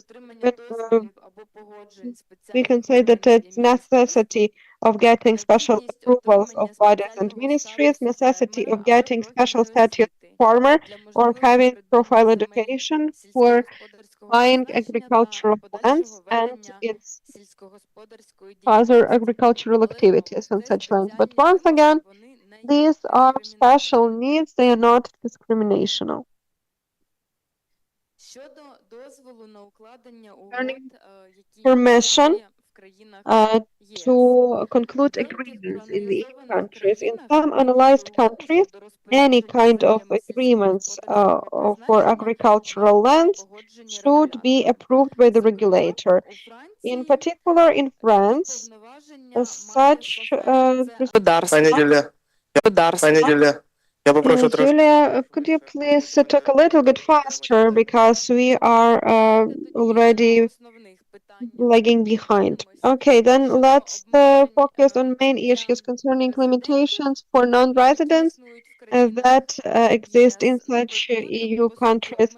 Here, in fact, we do not have limitations as such, and all countries have already confirmed this concept, but the most rigid regulation is in Hungary.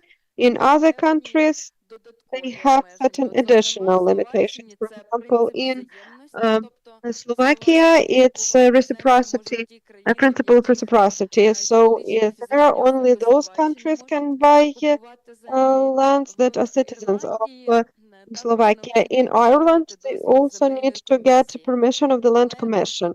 But in fact, all those permission procedures, they are acceptable and they might stay in Ukraine. But we shouldn't limit someone in some general criteria. What else can be mentioned from important points that all analyzed countries have concept of protecting either interests of lessees or tenants or owners of land plots, and that's how we can divide these countries into two categories based on the fact where they focus, what they focus their legislation on. For example, the mechanism where they protect lessees more, it can be minimum rental period or the right for prolongation, automatical right for prolongation of the rent, and preemptive right for buying out lands if they are sold.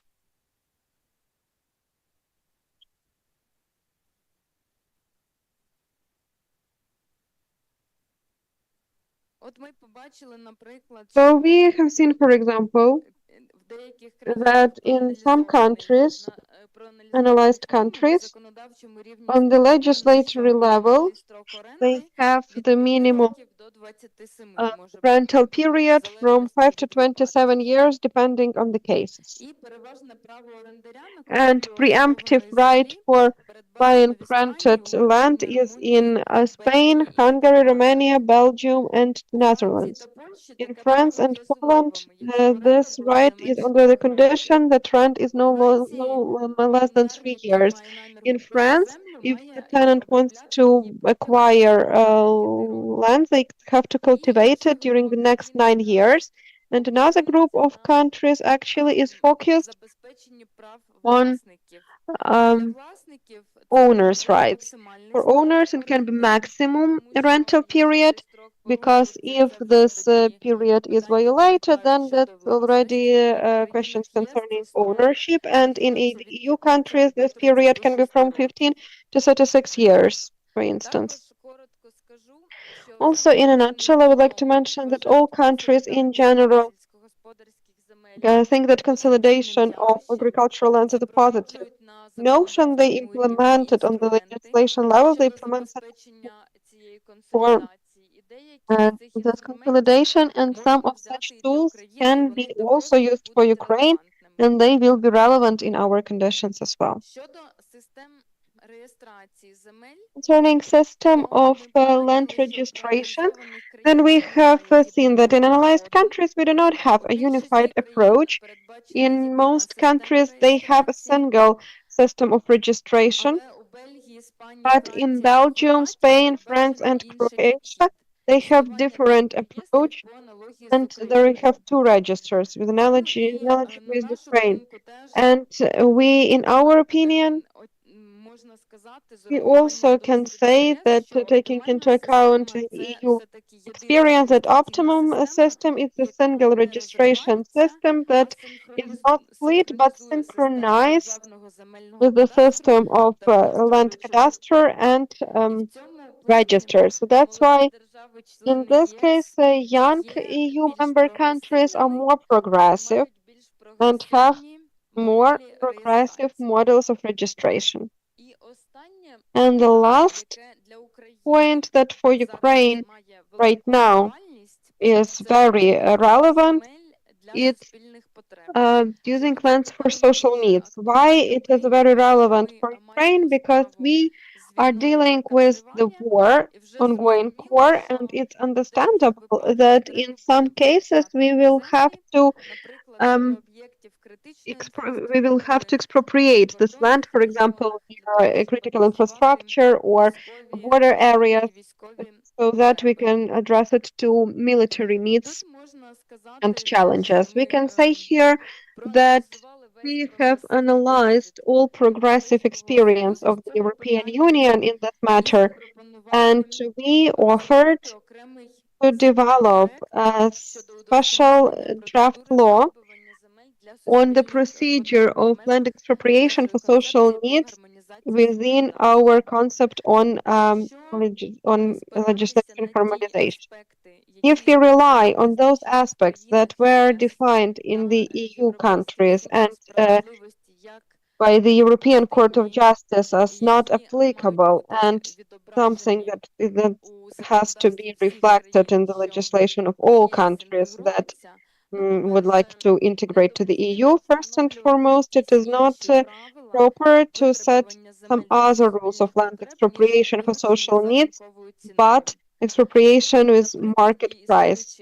On the example of existing practices, we can say that any other estimations, for example, estimation with tax aim or some other evaluation are not relevant. The land has to be evaluated based on the market price. Also, reimbursement has to be done not based on the first price that the land was bought, but that price that we need to take into account the price for buying and further investment into this land. So it has to be market price at the moment of land expropriation. It has to be compensated to the owner. Also, the procedure of expropriating according to the EU legislation and the decision of the European Court of Justice cannot be long-lasting. It means that the owner has has to get this reimbursement in a pretty short period of time for this plot of land. And concerning Ukraine, what is relevant, if part of this land is expropriated, then the owner has the right to expropriate other parts of this plot of land under the same conditions. The conditions should not be worse. Actually, these are the main principle of compensation and expropriation of land plots for social needs, and we offered to detail it separately in a special law. And as far as I understand, USAID AGRO has supported it as the idea. It's important so that we address all military challenges first, and so that the country can continue its movement forward and protect itself from the enemy. These are the main things that I wanted to highlight, and later during our discussion, I'm ready to answer some questions. Thank you, Yulia. We'll see, because we have one more short presentation from Yuri. Yuri Varda, advisor of the legal company AGRO, your colleague. Hello, Yuri. Hello, dear colleagues. We cannot hear you. Hello, can you hear me now? чути. Зараз Yes, we can побачимо hear you ваші now. слайди. We will Просто see your невеличкі технічні slides in a second. складнощі. We have some technical problems. Одну секунду. Just a second. Нам потрібно вивести слайд You need пана to Юрія і have його слайди на екран. Yuri's slides on our screen. О, все чудово. Можете запускати. Everything is great. Пане Юрію, ми вас Yuri, ми бачимо ваші слайди. yes, your slides. Yes, hello, dear colleagues. My presentation is focused on two main blocks. The first one is monitoring, systematization, and analysis of Можете запустити Court of Justice of the EU. презентацію? Дякую. Can you please have it in the presentation mode? Thank you. Видно спостерігачам мою презентацію? Can you see my presentation? Yes, yes, we can see a presentation. It's just it was not in the presentation mode. It was just separate slides. Now we can see it. Thank you. Thank you. Другий блок The second block was приватизації. about free privatization and Чому, власне, why в рамках actually within гармонізації harmonization відносин до стандартів ЄС of land relations to the EU standards, we have to talk about monitoring, systematization, and analysis of the decision of Court of Justice of the EU. The thing is that on the level of primary regulation of the EU rights, land relations are almost not regulated. There are only basic principles. But the main filters, main interpretations concerning possible limitations, possible discriminational or non-discriminational regulations, even regulations about providing subsidies to farmers, all this matter is in the decision of Court of Justice of the EU. And when we were building our concept, we have analyzed more than 17 different decisions of the Court of Justice of the EU, and from there we took the information concerning what preventive measures are proper and which are not proper. So, Court of Justice of the EU is the institution that actually provides adhering to rights and norms of the EU by its all members. The functionality of the very court comes down to three things. First of all, it's checking the legality of acts and institutions of the EU. It's not a difficult matter. Everyone understands what I'm talking about here. The second, it's the fact that the guarantee of all commitments fulfillment according to the EU contracts. For example, in 2020, first in Brussels, I mean Brussels as the headquarters of the EU, made Poland introduce certain changes concerning their own court reform. And for a longer period of time, Poland did not react to this, and this litigation was reviewed in the Court of Justice of the EU that at first made Poland to introduce such changes and immediately mentioned that for every day of not introducing these changes, Poland will have to pay €1 million of a fee. Based on this case, Poland paid $80 million of the fee and then introduced sanctions. So it illustrates how the Court of Justice of the EU contacts and how it can make this or that country member of the EU respond to certain demands of all members of the EU. And the third task of the Court of Justice of the EU interprets a right of the EU that is sent to court institution, the so-called preliminary ruling. So any kind of court institution of any EU member country, first station or cassation one, while viewing the case, might not understand how to interpret or to use such a norm that is on the level of directive or reglement of the EU. In this case, implementation on the litigation on the national level comes to its halt.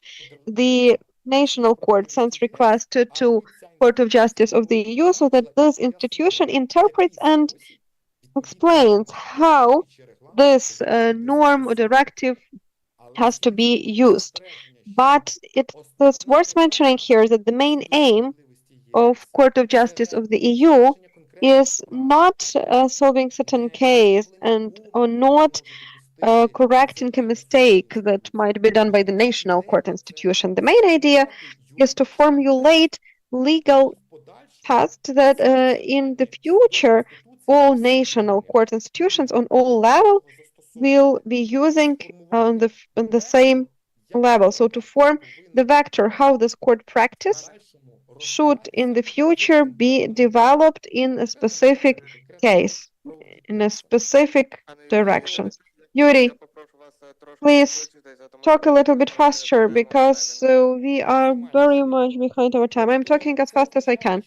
So it means that the decision of the Court of Justice of the EU within the EU itself, of course, it's generally mandatory and it's also a source of law. What is going on in Ukraine? In Ukraine, it's obvious that such decisions do not have any legal status. They are not mandatory on the one hand, but on the other hand, we have the agreement of the association with the EU, where it's written that Ukraine is committed to take into account certain legal positions of the EU, but we do not have on the level of the state any kind of institution that will conduct monitoring, translation, systematization of the decision of the Court of Justice of the EU, and it creates lots of problems and certain legal vacuum because we kind of have to take into account or and at least have some kind of homework done to prepare legal infrastructure how to adapt, how to use those decisions of the Court of Justice of the EU. But on the other hand, even official translation and the simplest level of systematization of the decision of the Court of Justice of the EU is not done by any kind of state body. Higher court only in some cases tries to conduct analytics and to translate those decisions, but of course it is not enough, obviously. So that's why, based on the consequences of our analysis, we offered to introduce, to develop a project of changes to resolution of the Cabinet of Ministers, and the Ministry of Justice should be a responsible body for systematization, translation, and analytics of all decisions of the Court of Justice of the EU, in particular regarding land relations. The second block of the presentation is about free privatization of land plots.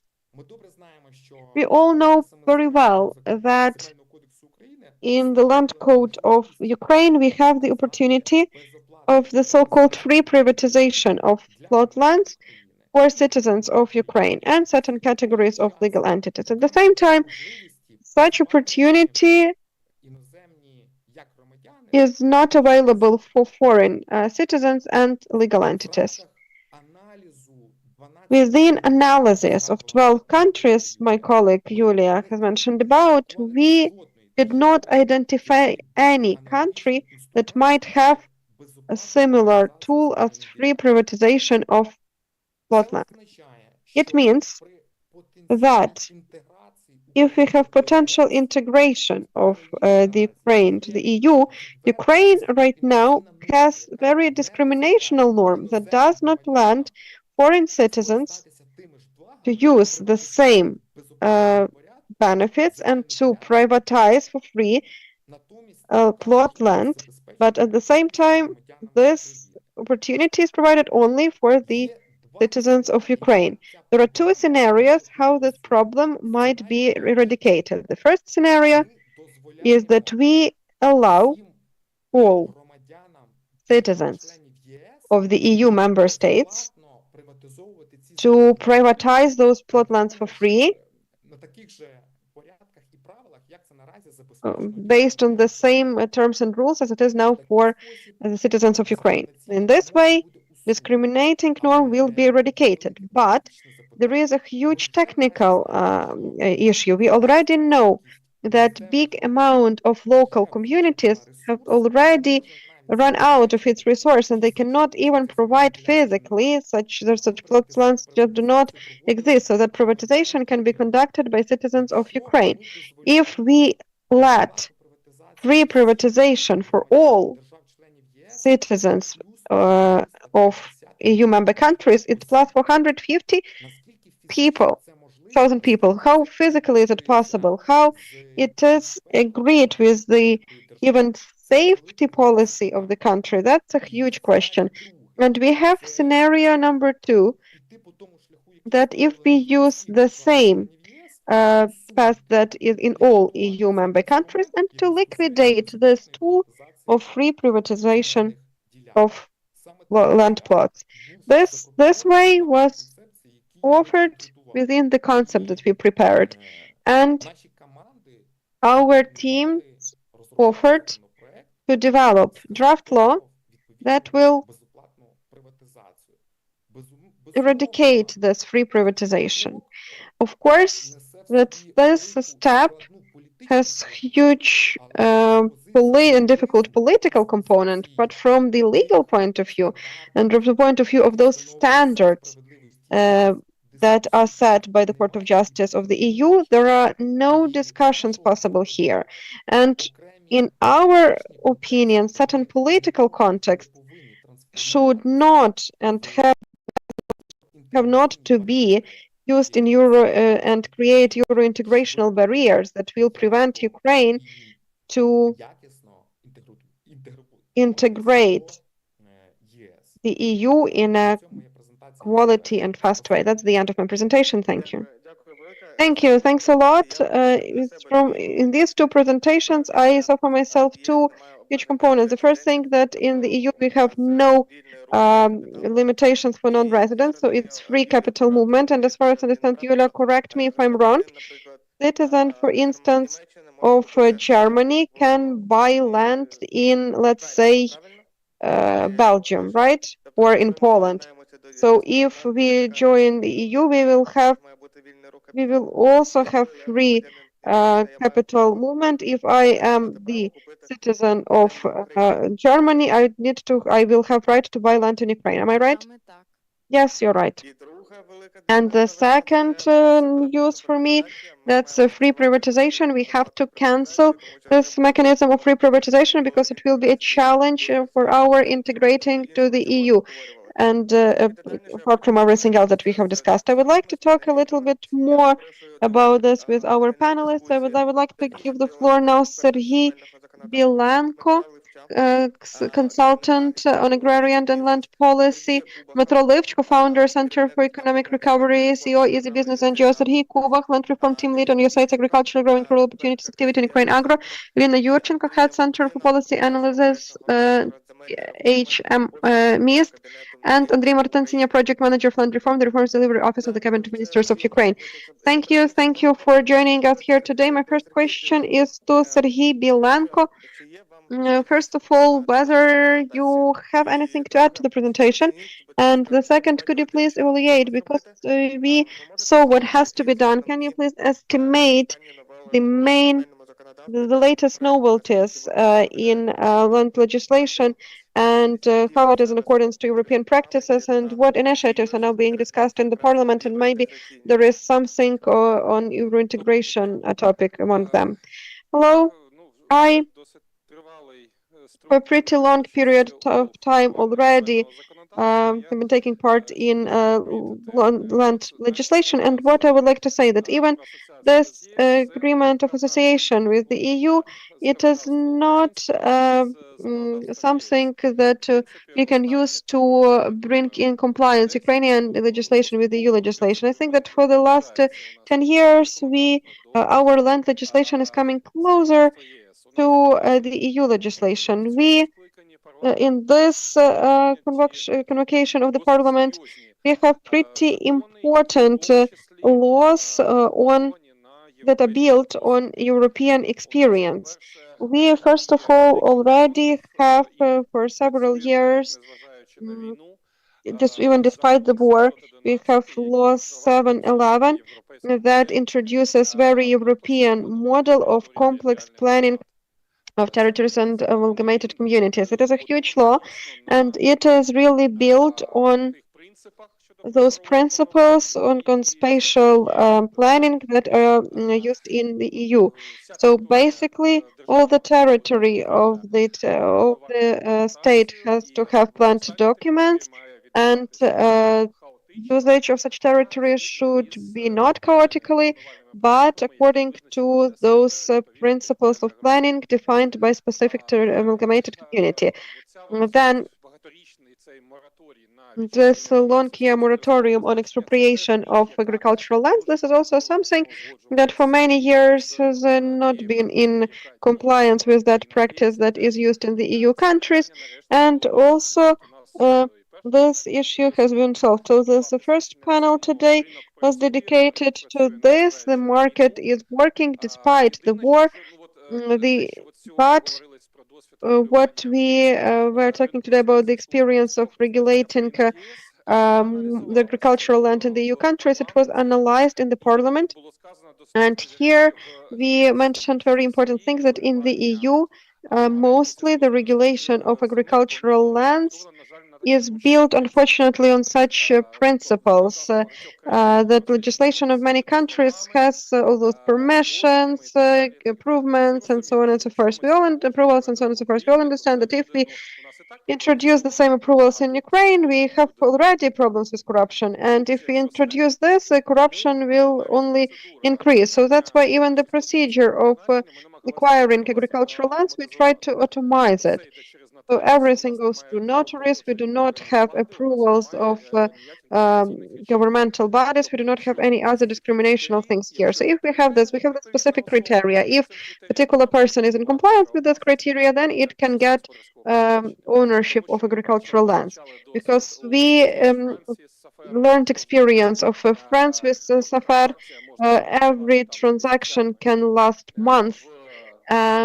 In Germany, where also it's very regulated land legislation, we cannot let it happen in our country. But unfortunately, we still have certain things left.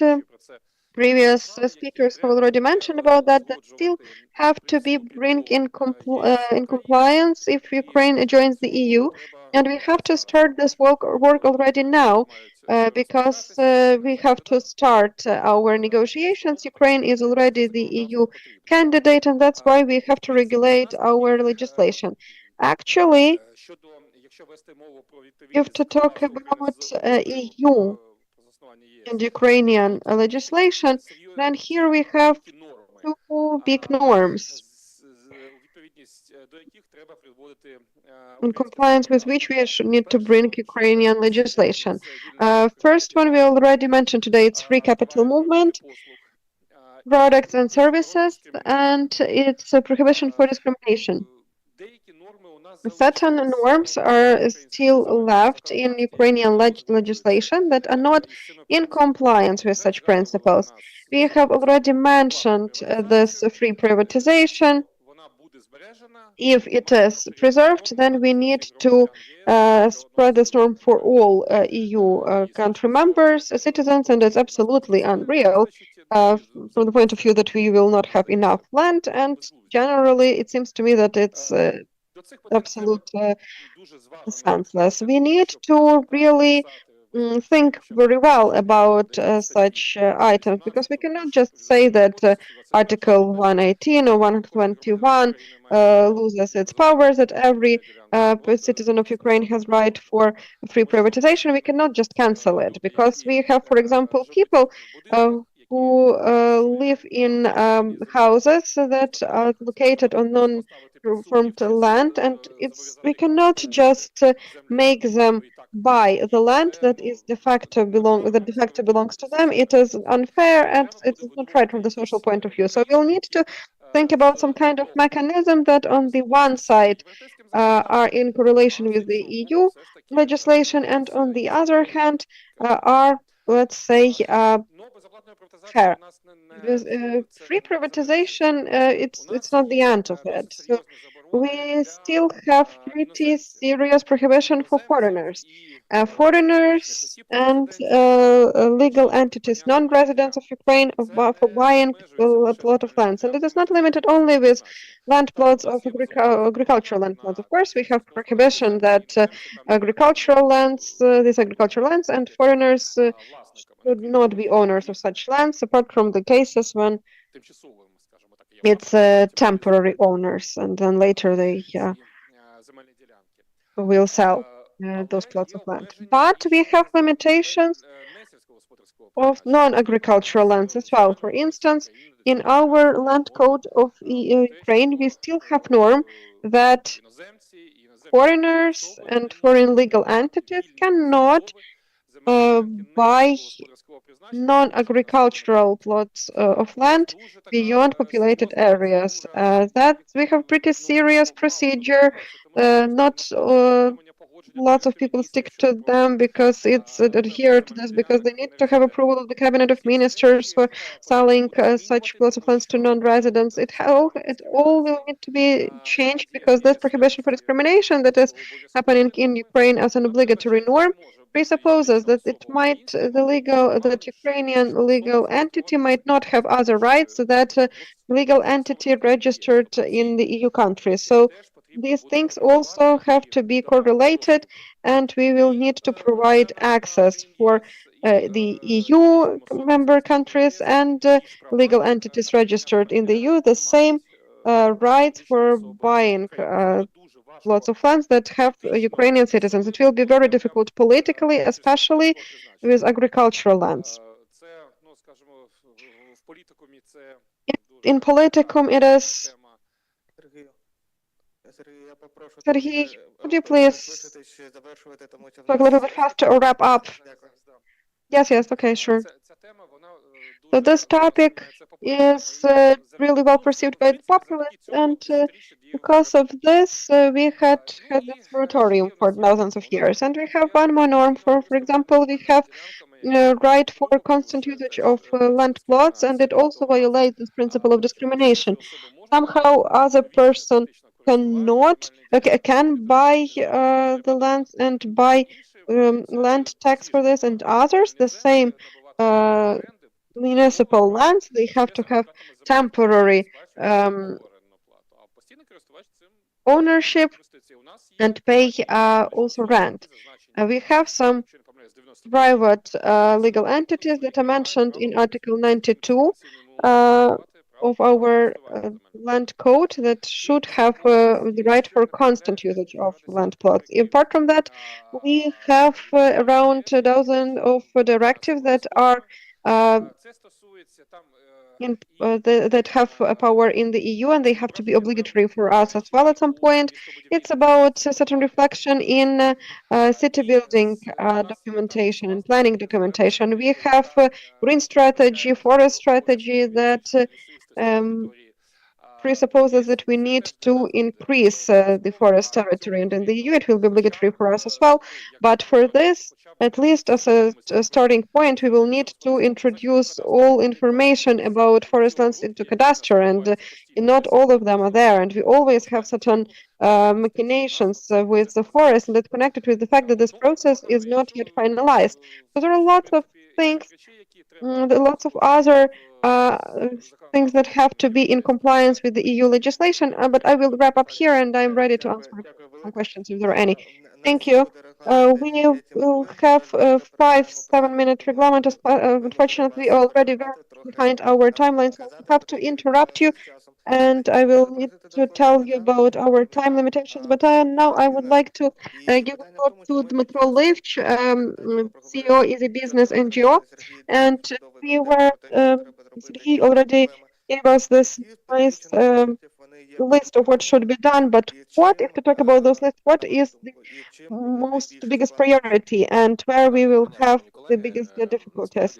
Yes, thank you, dear colleagues. Actually, it's difficult to talk about what is the biggest priority, what has the secondary priority, because we understand that all those initiatives offered, they in any case will positively influence the context of economic recovery and development of Ukraine.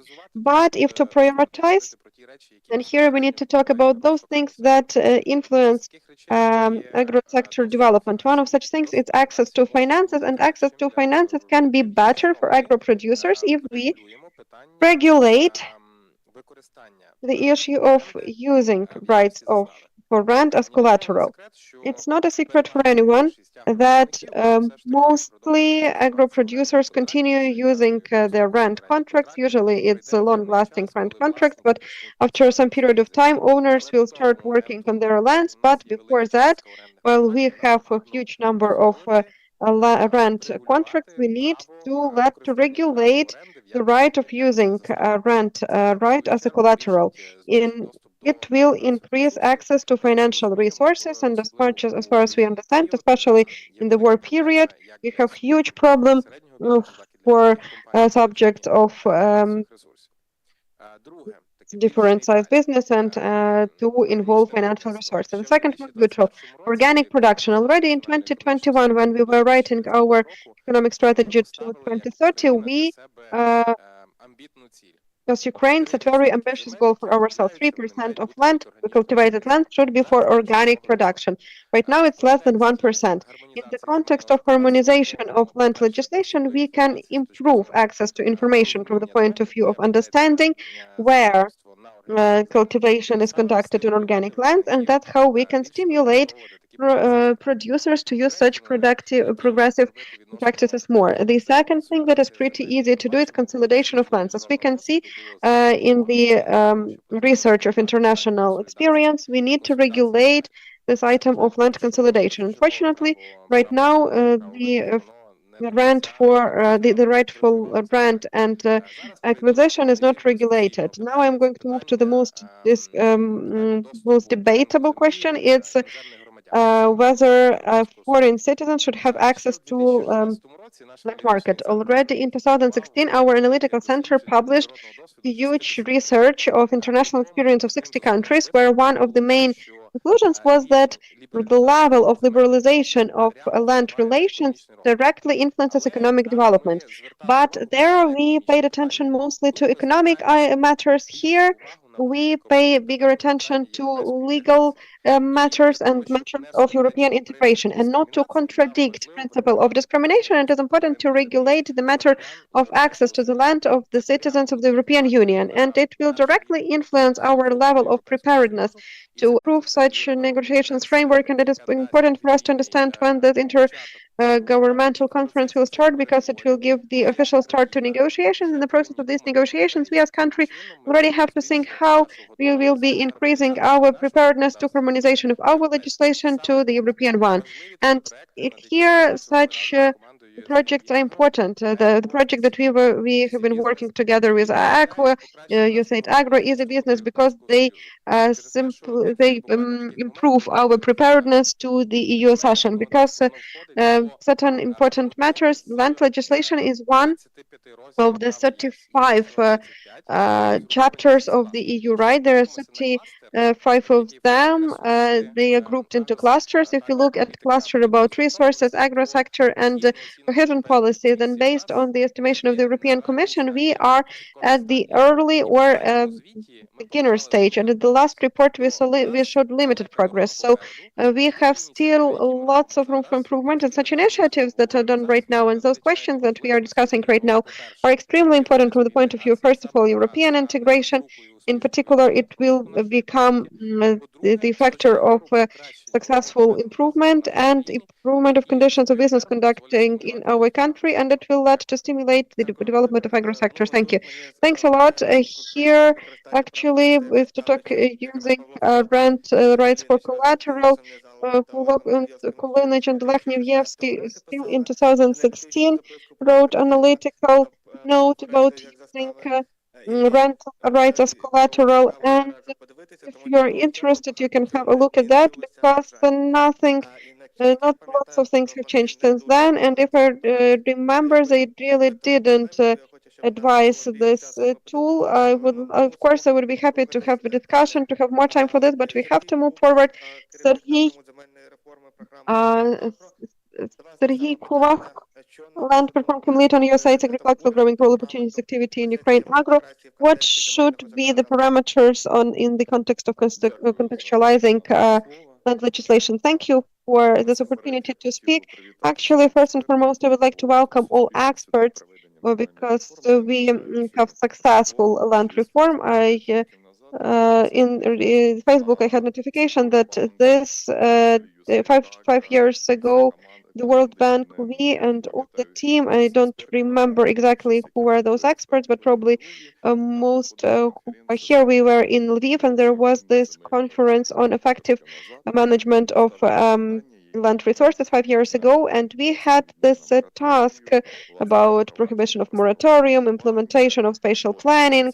It seems to me that majority of these tasks were implemented successfully, and right now we are living in open, pretty liberal land market due to actually this large scale.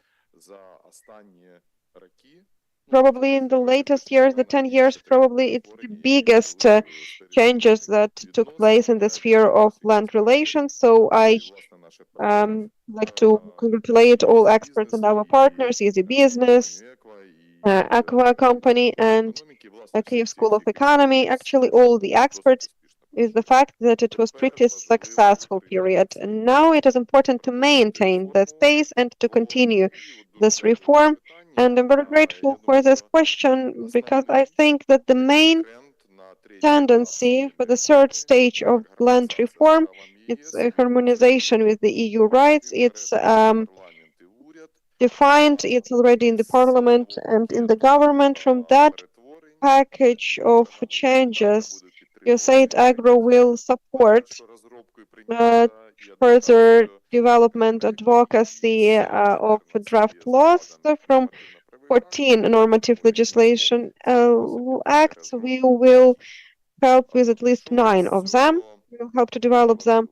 What is important from here? I think that priorities in the government, in the parliament, are on the most unpopular things. It's very easy to make easy decisions that are going to be supported by everyone, and it's very difficult to make some systematic changes that are not supported. Of course, it's a challenge for the country, political challenge, the question of this cancellation of reprivatization of land, and to struggle with these populistic things because really we do not have enough land, and it looks like lots of politicians understand that they do not want to have anything to do with that. They think that either they will vote for cancellation of free privatization or they will be not re-elected. So they have the question either to vote for reforms or to be re-elected. And it seems to me if lots of them might say that I'm not going to have a conflict here and I'm not going to cancel this free privatization, even though we have urges for this. We raise this question all the time. This is the first challenge is we need to stop and we need to understand that there is no land anymore. Land is in market conditions. We need to ask external loans, external financing, and to give out land plots for free. It's to push society to the conflict. The next item that's about foreigners, access for foreigners. If we want development of investment climate, we need to set rules of letting to our land market foreigners, foreign companies. We can write out conditions. We have to talk about this with the European Union.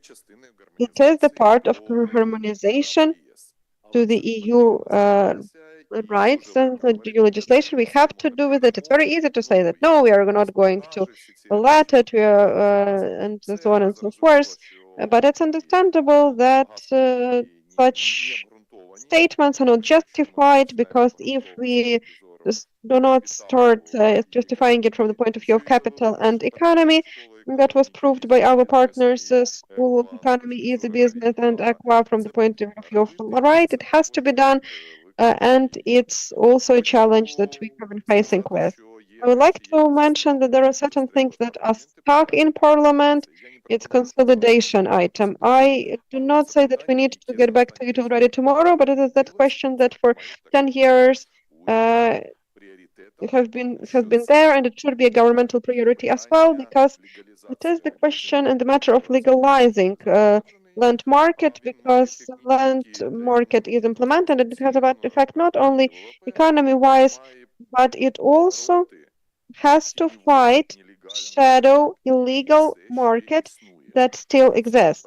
And for this, we need to have legal that will be provided by the legislation, and economy that will provide opportunity to receive money to stimulate legalizing, or let's say, getting out of shadow land market.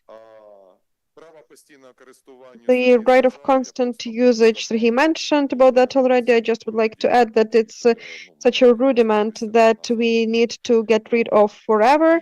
And of estimation of land, of real estate for taxation purposes, for purposes of all operations, including not only tax land, but we have this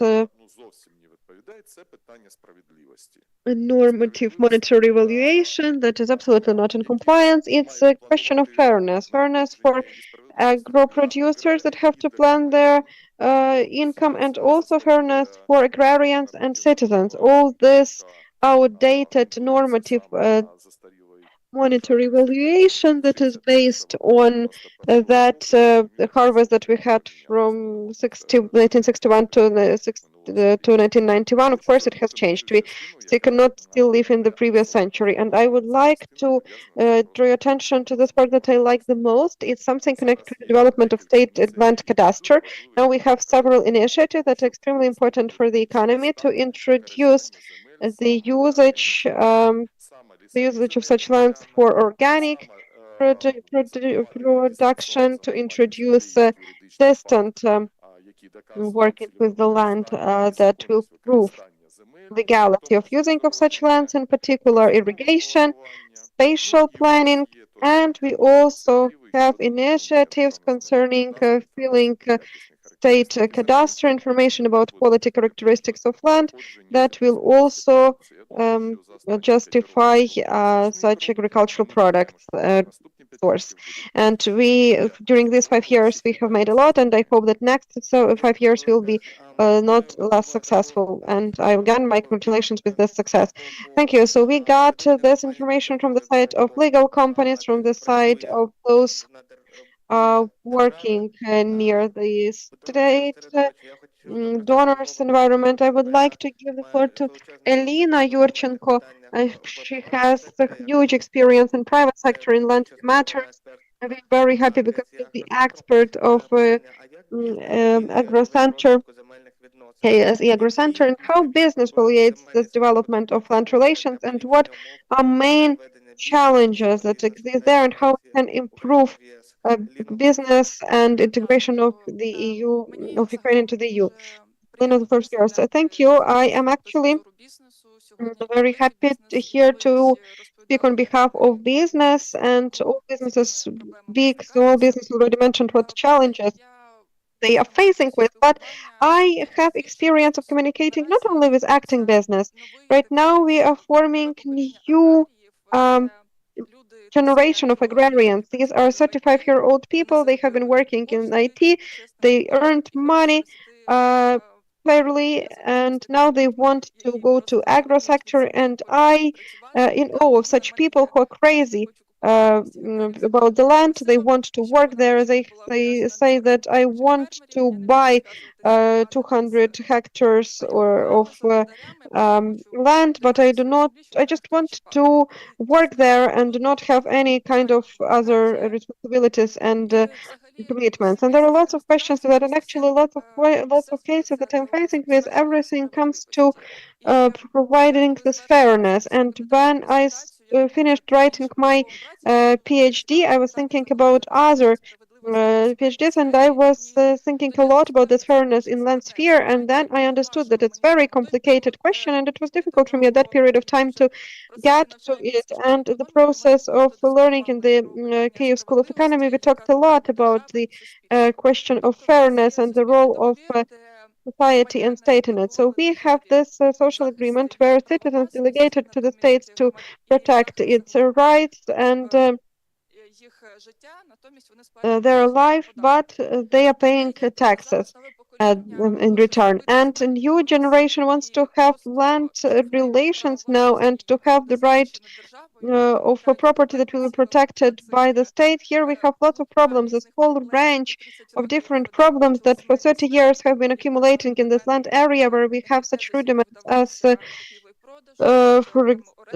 as rent, some kind of illegal schemes and machinations, and the main message is mentioned today also that we really need to cancel this free privatization because it is not fair tool since people do not pay money for this, country loses money, only losses for country, and lots of commercial machinations. Maybe even we need to provide so for somebody can get those 2 hectares, and it's also not very fair. We were talking a lot about consolidation. This tool, we have been working on this already for a pretty long time. And first of all, owners are interested in this because in this consolidation, and tenants have their interest in this. And that's why we really need to think about ecology, about nature. And we need to take into account the EU experience. So I think that in the nearest future, we'll be able to solve such problems. And in Ukraine, we will find the best model, but we have some other things that are not that huge, that lots of agrarians are not satisfied with. It's internally displaced agrarians. Their lands are occupied right now. They suffer huge losses, but they have mined lands, and it is the main question, demining of this land after the occupation. And second thing, for 2 years, they have not had any kind of financial support to reconvene their activity at free lands where they will be able to dealing with that. But even if they want in new communities where they moved to deal with agriculture, they are perceived as aliens, and it's very difficult for them to find their place there. So these are also some things that have to be solved. It's we need to finalize this process when we already adopted this law, and we need to still have some secondary laws for this institution to start working already, and so that all those corruptions, machinations stop with connected with the right of constant usage. We also, for gardening and for added value develop, in my opinion, we need to let selling lands of municipal ownership for gardening. If there are some trees, for example, because if now we already have some grapevines and gardens, people think several dozens of years ahead, and as it is in Europe, it's going from generation to generation and passes over. So this land where they invest huge money, it has to be their land. That's why, thank you. It is my main ideas. I think that we will be able to develop them further in the legislation so that interest of new generation of farmers and agrarians and IDPs are taken into account, and we should not forget about them because right now their voice is not really represented publicly. Thank you. Thank you. It's very important that we mentioned this fairness matter. It is something that we sometimes lack. Andriy Martin, Senior Project Manager on Land Reform, the Reforms Delivery Office of the Cabinet of Ministers of Ukraine. We discussed what has to be done from the different point of view, from different positions, what the Cabinet of Ministers of Ukraine focuses on right now, what Euro integration measures are there right now, and my favorite question, project of land bank, how's the situation with state lands? Thank you. Thank you. So concerning working of the government, then I can say that during the last year, we have such indicator of very sort of work connected to practical Euro integration. We had this screening of national legislation, whether it's in compliance with the legal system of the EU. Right now, it's more or less understandable. You have to talk about systematical changes in our legislation, and secondary act, we are not already coming closer, but we already have 100% implementation of acts in of the legal system of the EU in our national legislation and regulatory acts. So accordingly, right now and yesterday and today we have explanatory meeting in Brussels, where the Euro Commission providing answers to the questions of Ukraine and Moldova in chapter agriculture and agricultural development. And today we are asking the Euro Commission how is this better to move in this or that direction. And Brussels bureaucrats are sharing these recommendations with us today. On the level of government, right now we actually have several programs, signs that can define vectors of our European integration. What is important in the question of land reform, regulation of land relations also found its reflection here. I think you have all heard about Ukraine facility plan of the European Commission plan for Ukraine that recently was adopted. I would like to draw your attention to the fact that it presupposes not only allocating money to Ukraine, but also it presupposes that Ukraine will have certain practical actions. We have very specific indicators that we have to stick with for this financing, to get this financing from the EU. We have lots of indicators that are connected with agrarian sector, land relations. For instance, one of the first indicators we already reported in Brussels, it's improvement of informational sharing, and indicator for this year we have task connected with implementation of public monitoring of land relations. Dmytro Makarenko has already mentioned this today. Also very actively we are working on the pilot project on mass evaluation of lands. We have already mentioned it today as well. It's pretty important as because implementation of such mass evaluation of land and real estate in Ukraine will not only lead to have this fair system of taxation of ownership that will be based on real market value and not on some kind of imaginary indicator that the government approved a long time ago. So it's also that work that is done. The government is actually performing all the actions written in the report of the Euro Commission. They were checking us. We have certain recommendations. Our government has already approved action plan, and it is all done. Pretty important task that that Ukraine already has to work on, so that in the future we have calmer integration into a joint Europe Commission policy. These are using the tools that are used in the European countries, in particular state agrarian register. Basically, it's the superb register in the understanding of EU legal system. It's very important to approve for this version special law about state agrarian register, because right now its functioning is based only on certain articles of the law of state support of agrarian sector.